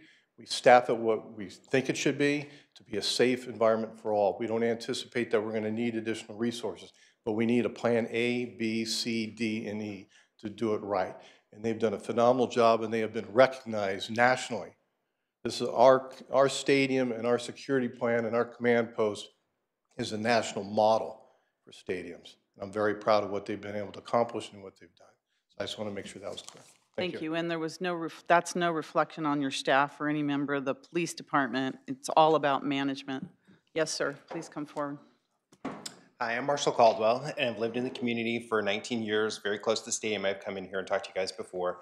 I'm here representing myself, my family, as a citizen, as well as the Mission Park Homeowners Association, which is about 360 homes right there next to the path that comes out by the VTA parking lot area. We see these types of events all the time with different levels of impact to us. Some of the biggest concerns that I have are that non-NFL events are often not staffed or treated the same for neighborhood protection, but often have a much bigger impact to our neighborhoods than the NFL events. And the statements about unlimited, protection, public safety protection for NFL. But if that's not for non-NFL, events, we need to do something very different here, because these soccer games historically have been the biggest issues with drunkenness into the neighborhoods. And when this event started happening, the reports that I saw on the news, from NBC and others, were that people were being pushed out of the stadium and told they had to leave or they're going to be arrested. And these drunken hordes are then entering our neighborhoods. And the report that was read up here came from the private patrol that our neighborhood pays for. And he just happened to come into the neighborhood doing his normal cycle of patrolling when he saw this group described as 150 drunken people. He said that most of them were well behaved, but there were a few that weren't. And then he got reports of people jumping on cars in the neighborhood. Some people he ejected because they were drunk and disorderly. That doesn't mean, I don't know why he didn't call the police as he should have, but that also speaks to me that there was not the level of police protection in our neighborhood that should be required as these events start to wind down. Not just at the very end, but they need to be there before it ends, because there are a lot of people that cycle through the neighborhoods. As far as the parking issues, I think a permit parking situation would be great, but we also can't impact our lives by not having friends and family over as well. So that has to be figured out into that equation. Potentially blocking the pathway to residents only so that people can't park in our neighborhood and go through there. They're blocked from entering the events, and that would potentially help keep some of them. That doesn't help some of the other neighbors that are represented here. Also, about alcohol sales beforehand, a lot of people bring their own alcohol. So there's beer bottles everywhere. At a previous soccer game in one of the neighborhoods, they called in a food truck to service all the people that were sitting there parking and partying in the neighborhoods. And as I understand it as well, the neighborhood protection patrols were just sitting there talking on their phones, letting people go in, as we heard earlier, because the parking lots weren't open. It's not acceptable for our neighborhoods to be parking lots for the stadium. Not acceptable at all. Thank you for your testimony. Thank you. All right, Linda, would like to come forward? Linda? Oh, she leave already? Okay, anyone else please line up? I don't have any other cards. Yes, sir. Thank you. Hi. Tino Silva, longtime resident. First, I wanted to say that I agree with Authority Member Watanabe in that every event has a different culture, every event has a different feel, and that's not a racist comment whatsoever. And I expect more from the folks up here when it comes to making accusations like that. Second, I'd like Ms. Watanabe to be called Authority Member Watanabe, not just Watanabe, because I think she's earned the right to be up there. And I think that was also rude. This really comes down to money. This is really not about the police force. Our police force is second to none. I know dozens of guys, and they are all fantastic and work their butt off. This is not about the chief or the captain. This is about a management company that wants to save money. This is about a management company that's not committed to making sure that folks are safe inside the stadium, our police officers are safe inside the stadium, our residents are not having their houses urinated on, beer bottles in their front yard, garbage all over the place. We have a 5-hour window to allow people to sit in a parking lot. As Mayor Gilmore said, it doesn't take a rocket scientist to figure out what people are going to do sitting around in a parking lot waiting for an international soccer match. I've been the equipment manager for the Earthquake soccer team, and in 1983, when a team from Mexico came to play a team from Portugal, I had to literally stand up against the wall because tequila bottles were coming on the field. Now, all I'm saying is that these events, people are extremely passionate. And, you know, I know Authority Member Caserta said that, well, there's only less than 1/10 of 1%. But what we don't capture are the tens of thousands of people that are drunk, that are screaming, that are threatening, that are making the lives of everybody around them, bringing kids to a game like that. When you're hearing swearing and you're hearing, you know, all that goes on at one of these games, that's not captured in the numbers. And so at the end of the day, my plea is that the management company that makes a tremendous amount of money to manage the stadium step up and do your job, because people are tired. And one of those folks is in the back of the room, and I'm speaking to him now. You got to step up and do your job, or you guys should find a company that will. Thank you. Yes.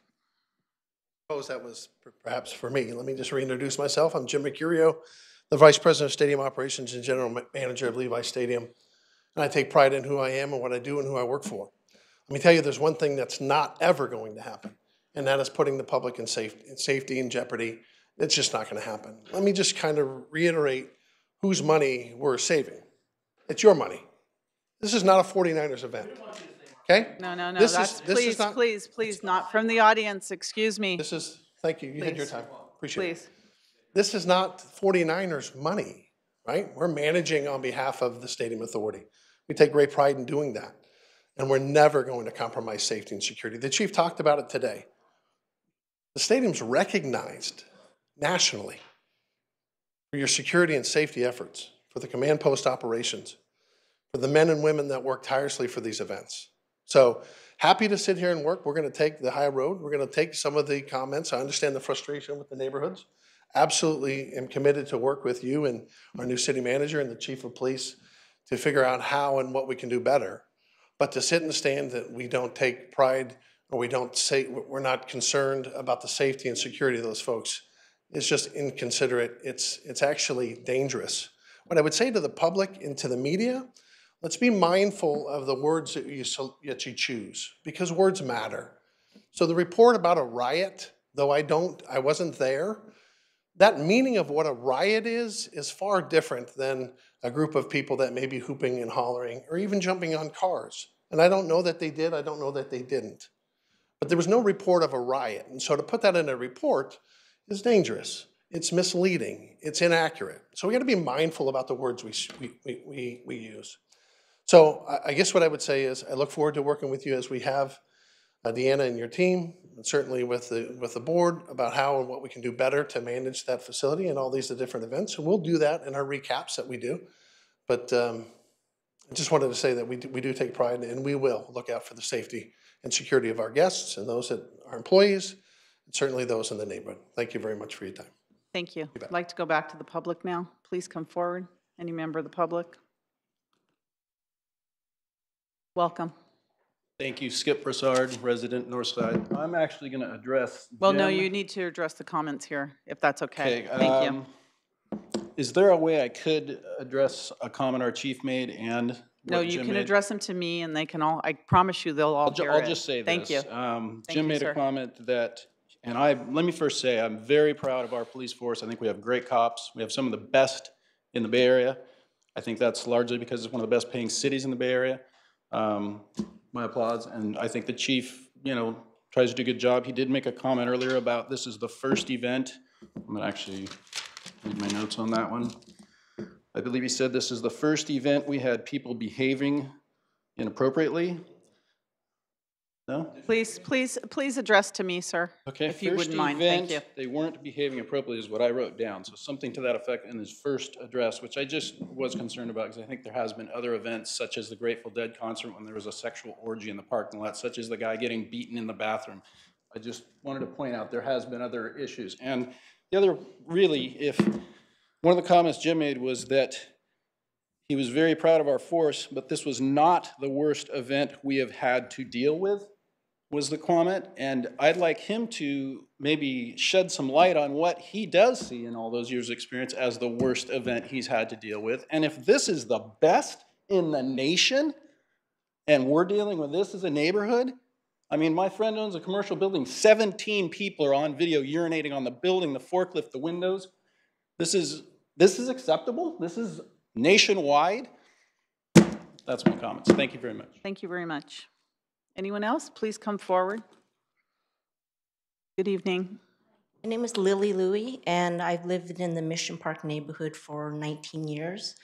And all the comments I have already been pretty much touched on by some of my other neighbors, but I just want to reiterate or emphasize that, you know, the little pathway in Gianera and Wilcox.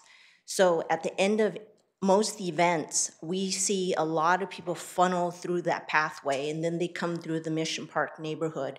And at that time of the event stage, I actually usually don't see the police presence. So I actually see a lot of people come through, and sometimes, you know, they're peaceful, they're just walking through, so it's okay. But there's been numerous occasions where I'm actually outside walking to my car or just walking my dog or doing anything, and I see a crowd come up and they're, you know, acting not proper, you know, they're obnoxious. Sometimes they say things to you. I ignore them, I hurry and run back to my house. But I kind of feel like that's a terrible thing. You know, I lived there 19 years. And I just hate that I have to time my going in my house, leaving my house around these events because I don't want to encounter those few people. And I would say it's very few people. But all it takes is that one bad person to encounter, and it can just ruin your life. So I kind of hide whenever there's events. And I really hate to have to hide around my own home. Thank you. Thank you. Anyone else? Please come forward. No, sorry. I didn't mean to be rude. I meant one, sorry. Welcome. Hi, I'm Hazel Lobato. I live east of the stadium, and I've been in the Fairway Glen neighborhood for over 30 years. So ever since the stadium opened in 2014, I've been saying the same things in community meetings, chat with the chiefs, city council, and I think the non-NFL, the event that happened, the non-NFL event that happened, again, it was just a reminder how inconsistent the neighborhood protection plan is, and there's just low confidence in execution and protecting our neighborhoods. So I'm just going to focus the things that I see that are broken. So credit where credit is due. We do have the police officers stationed at the beginning of the events, but they're gone once the event starts, or very close to when the event starts. And when people are funneling in like they did on Friday night, that's when they come in, when they'll ignore the signs, the street signs, and then they'll come in and they'll park in the neighborhoods. And not only that, is that there's no one there, like everyone mentioned, there's no one there at the end of events or to the close of events. Our neighborhoods are parking lots. We are also an airport terminal that I like to use. We're used as airport drop-off zones, pickup zones, and people waiting for the event goers to come out of the stadium. So I would just like to see, again, that piece of it fixed, because there's something that's broken. And also I'd like to note that I did call all of the 3 numbers that were listed on the Levi Stadium or city site. 2, I got voicemails. 1, I mean, it's only open during business hours. The other one, I got a voicemail. And then the last one, they said they couldn't help me. So we were, it was the non-emergency line, very empathetic, so not, but it was just no manpower. So again, if you guys can help us, please, that would really, we're here to give suggestions, and we might be time to resurrect some of those suggestions that we've given in the past. Thank you. Thank you. Oh, and I just want to thank the law enforcement, the responders, and the fire department for always keeping us safe. Thank you. Thank you. Anyone else? No? Okay. Mayor, if I could just add something, something that the Mission Park folks didn't add, and I just found this out today, was that over the last year, as a result of some of the stadium folks coming through the neighborhood, they have actually had to replace 2 mailboxes at a cost of $5,000 to their HOA, and I mean that's that's an expense. I mean, I'm sure they have a budget. However, that at the same time goes back onto the residents, so through their HOA fees. So I just want to make sure that that is brought out as well. So thank you. Yes, thank you for that. Also, I understand the consistency. We need consistency in what we do, going forward. And also, Ms. Abelardo brought up the complaint line. I know the complaint line doesn't come to the city of Santa Clara. I don't know where it goes. Does it go to Manco? Does it go to 49ers? I have no idea where this complaint line goes, because in the 4 years since the stadium's been open, we haven't received one single report on any complaints, on any events. So we need to fix that. And the complaint line either comes to the city or some third party that we hire, so that our residents know that any complaints are actually going to get to the Stadium Authority, because I've never seen a report on complaints, besides the ones that come directly to the mayor and council, and the ones that through the voicemails or emails, text messages, or information that we get on some of the social media sites. Yes, you have something? Yeah, I would like to, thank you for bringing that up, because we didn't receive one call at all, and we really tried to show where that is.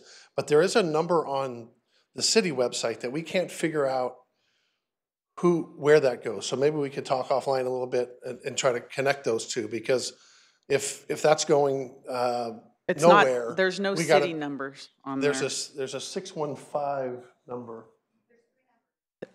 Yeah.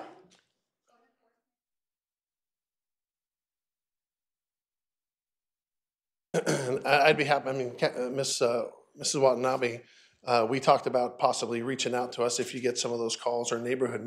Thank you very much, but I'm going to stop it here, because we want all the complaints to come to the Stadium Authority and through some kind of a process to the Stadium Authority, and that's the only way that we're going to deal with this. But thank you very much. Sure.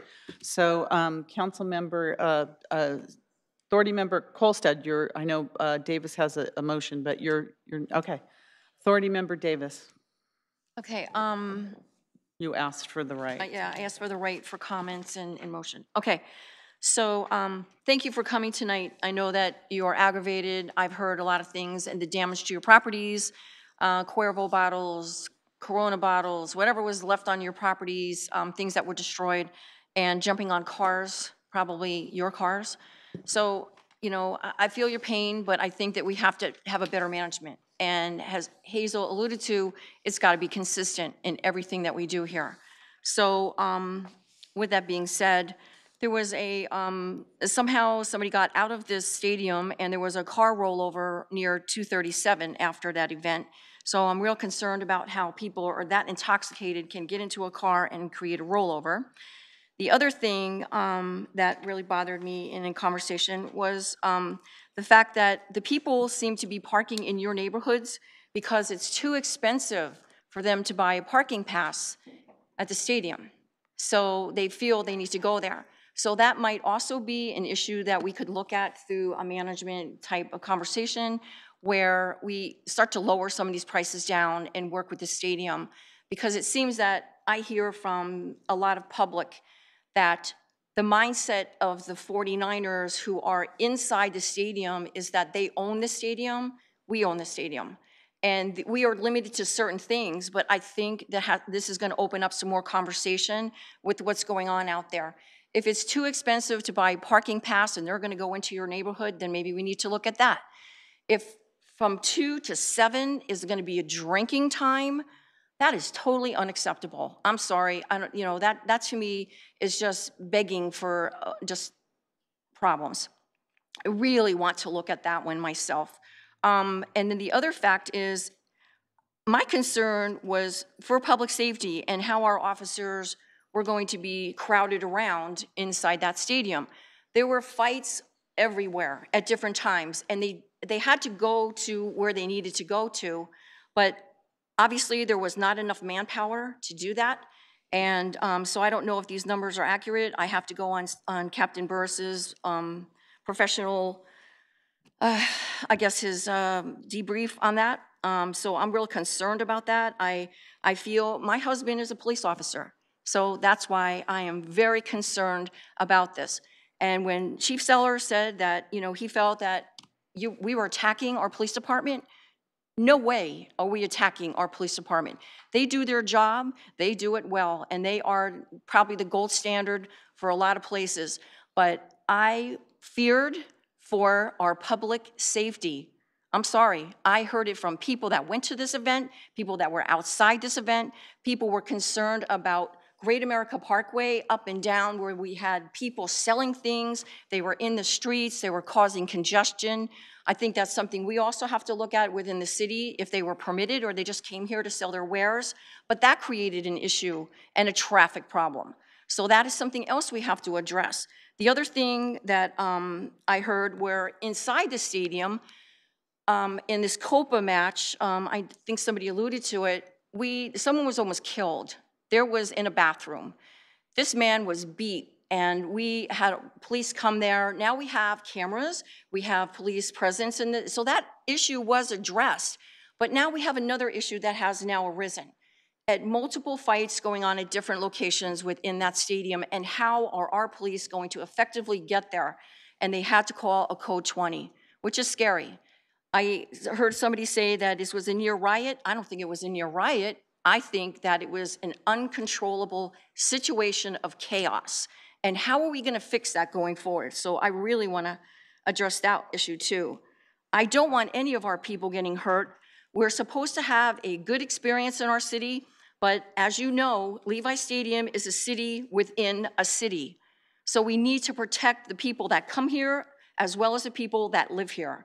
And we're not doing a good job, and we have to do better. We just have to do better, I'm sorry. So I would like to make a motion, and I want to direct the stadium director, executive director, and staff to bring back to our board the legal options of these right now. I want, number 1, decide which non-NFL events will be held. 2, decide who and how the restriction of alcohol sales will be done in the stadium. I heard Mr. Mercurio say that he is in conjunction, works collaboratively with this chief of police, but he ultimately said that if this gets out of control, he has the power. So I want to know how this structure goes. When that was said, I want to know the structure. Is you, the stadium director, the city manager, in charge of a situation that deems you doing this? Part of that, drinking outside the stadium before these events, I want that controlled. I think that that should definitely be taken care of.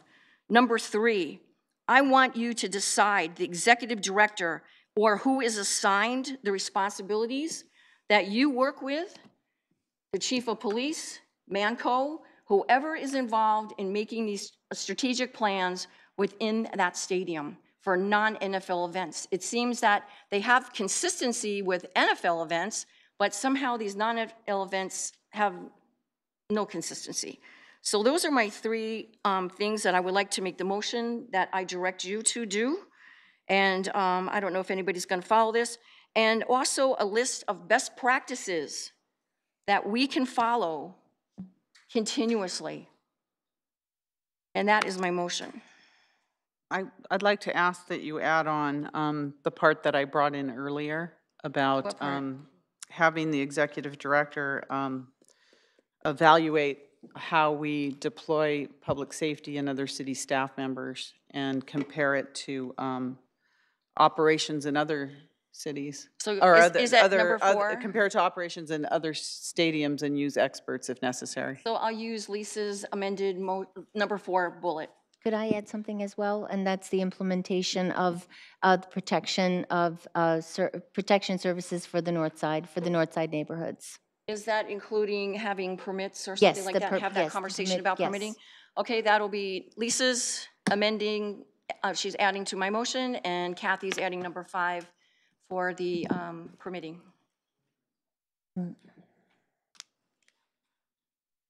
So there's a motion, is there a second? Second. Before there's discussion, this is a rather lengthy and complex motion. I'd like to suggest that we put it up on the slide. No, I'm waiting for that. Make yeah. sure that I fully understand when, and there's full transparency around the action. No, and I appreciate that, and I hear Jennifer typing away furiously. Did I speak slow enough for you to get all that? I tried to. Okay, I wrote it down.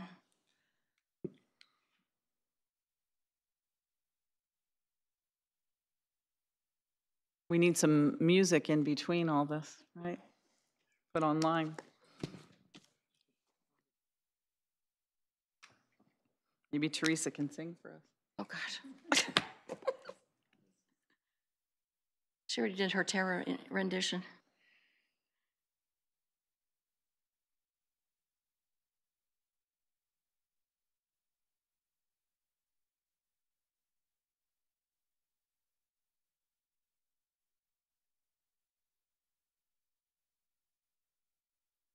Can't see who's working over there. Dong, are you working over there?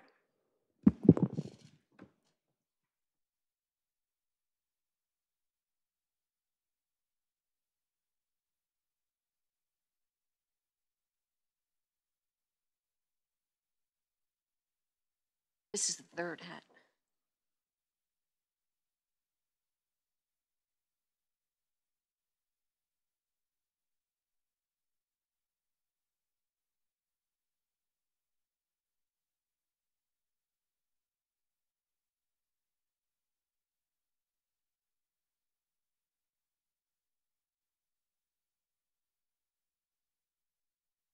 Held.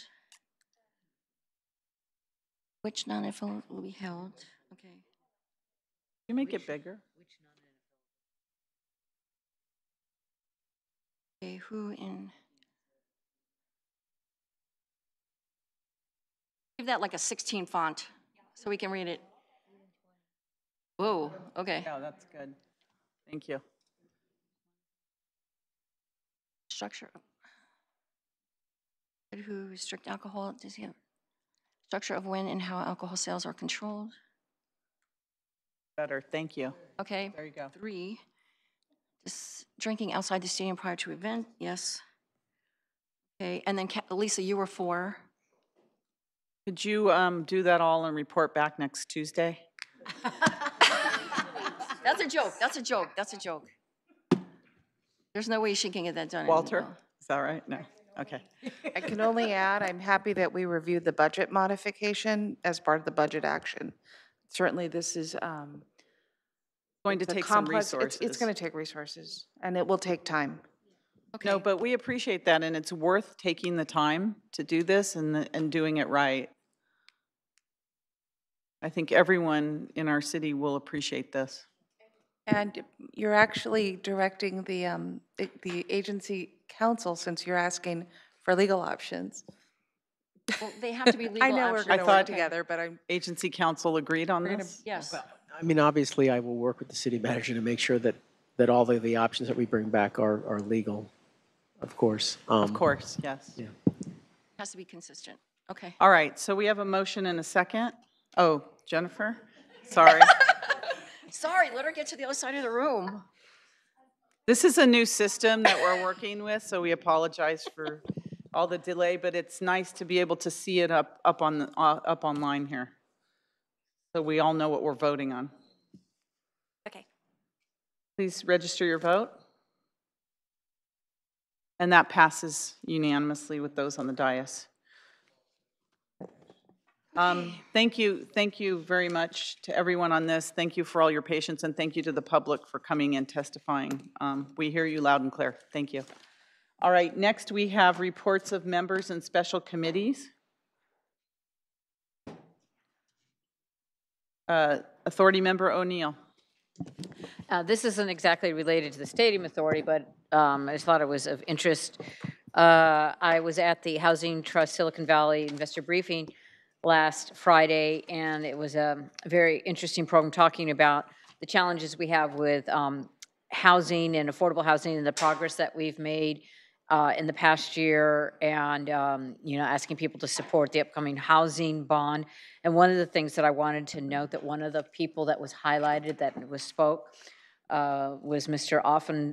Oftermauer, and he spoke on behalf of his family, and he is a client of Santa Clara's below market rate home purchase program. And he and his wife and their children were renters in Santa Clara near Central Park, White Drive. And they were recently able to purchase a new townhome over by Alviso Street. So I just want to say that we are still moving forward with our housing programs, and it was great to hear and see how thrilled they were and have pictures of their new home and their. And one of the really cool things was because they now have a bigger home, not just a small apartment, they have been able to take in a foster child.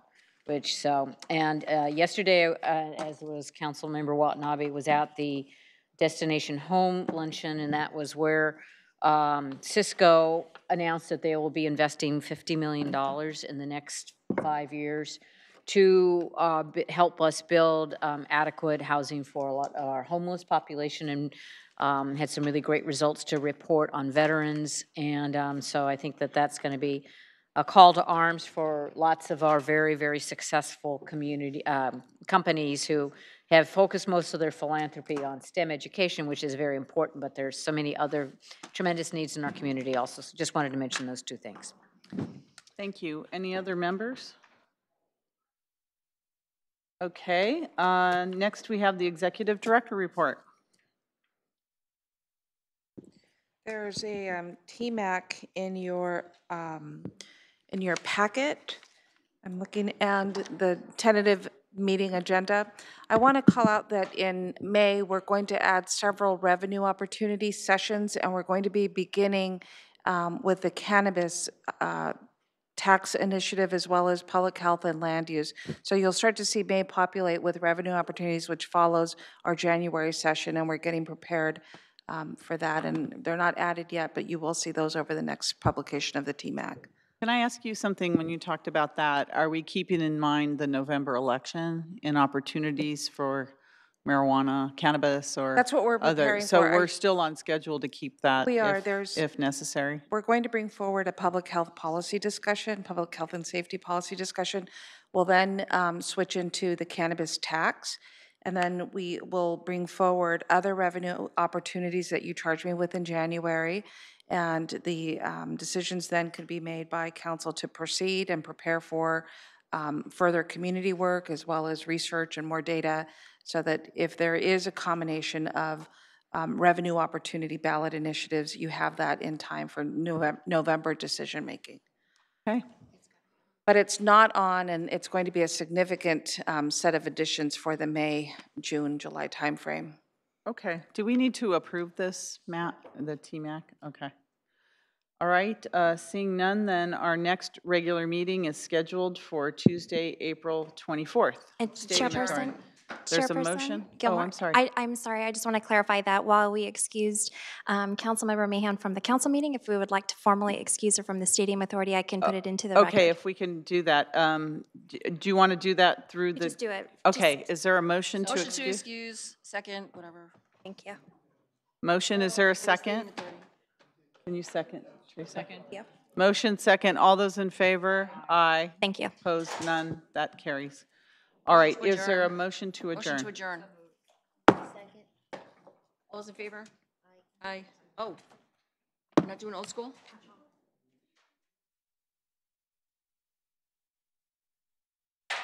Okay, please vote on that.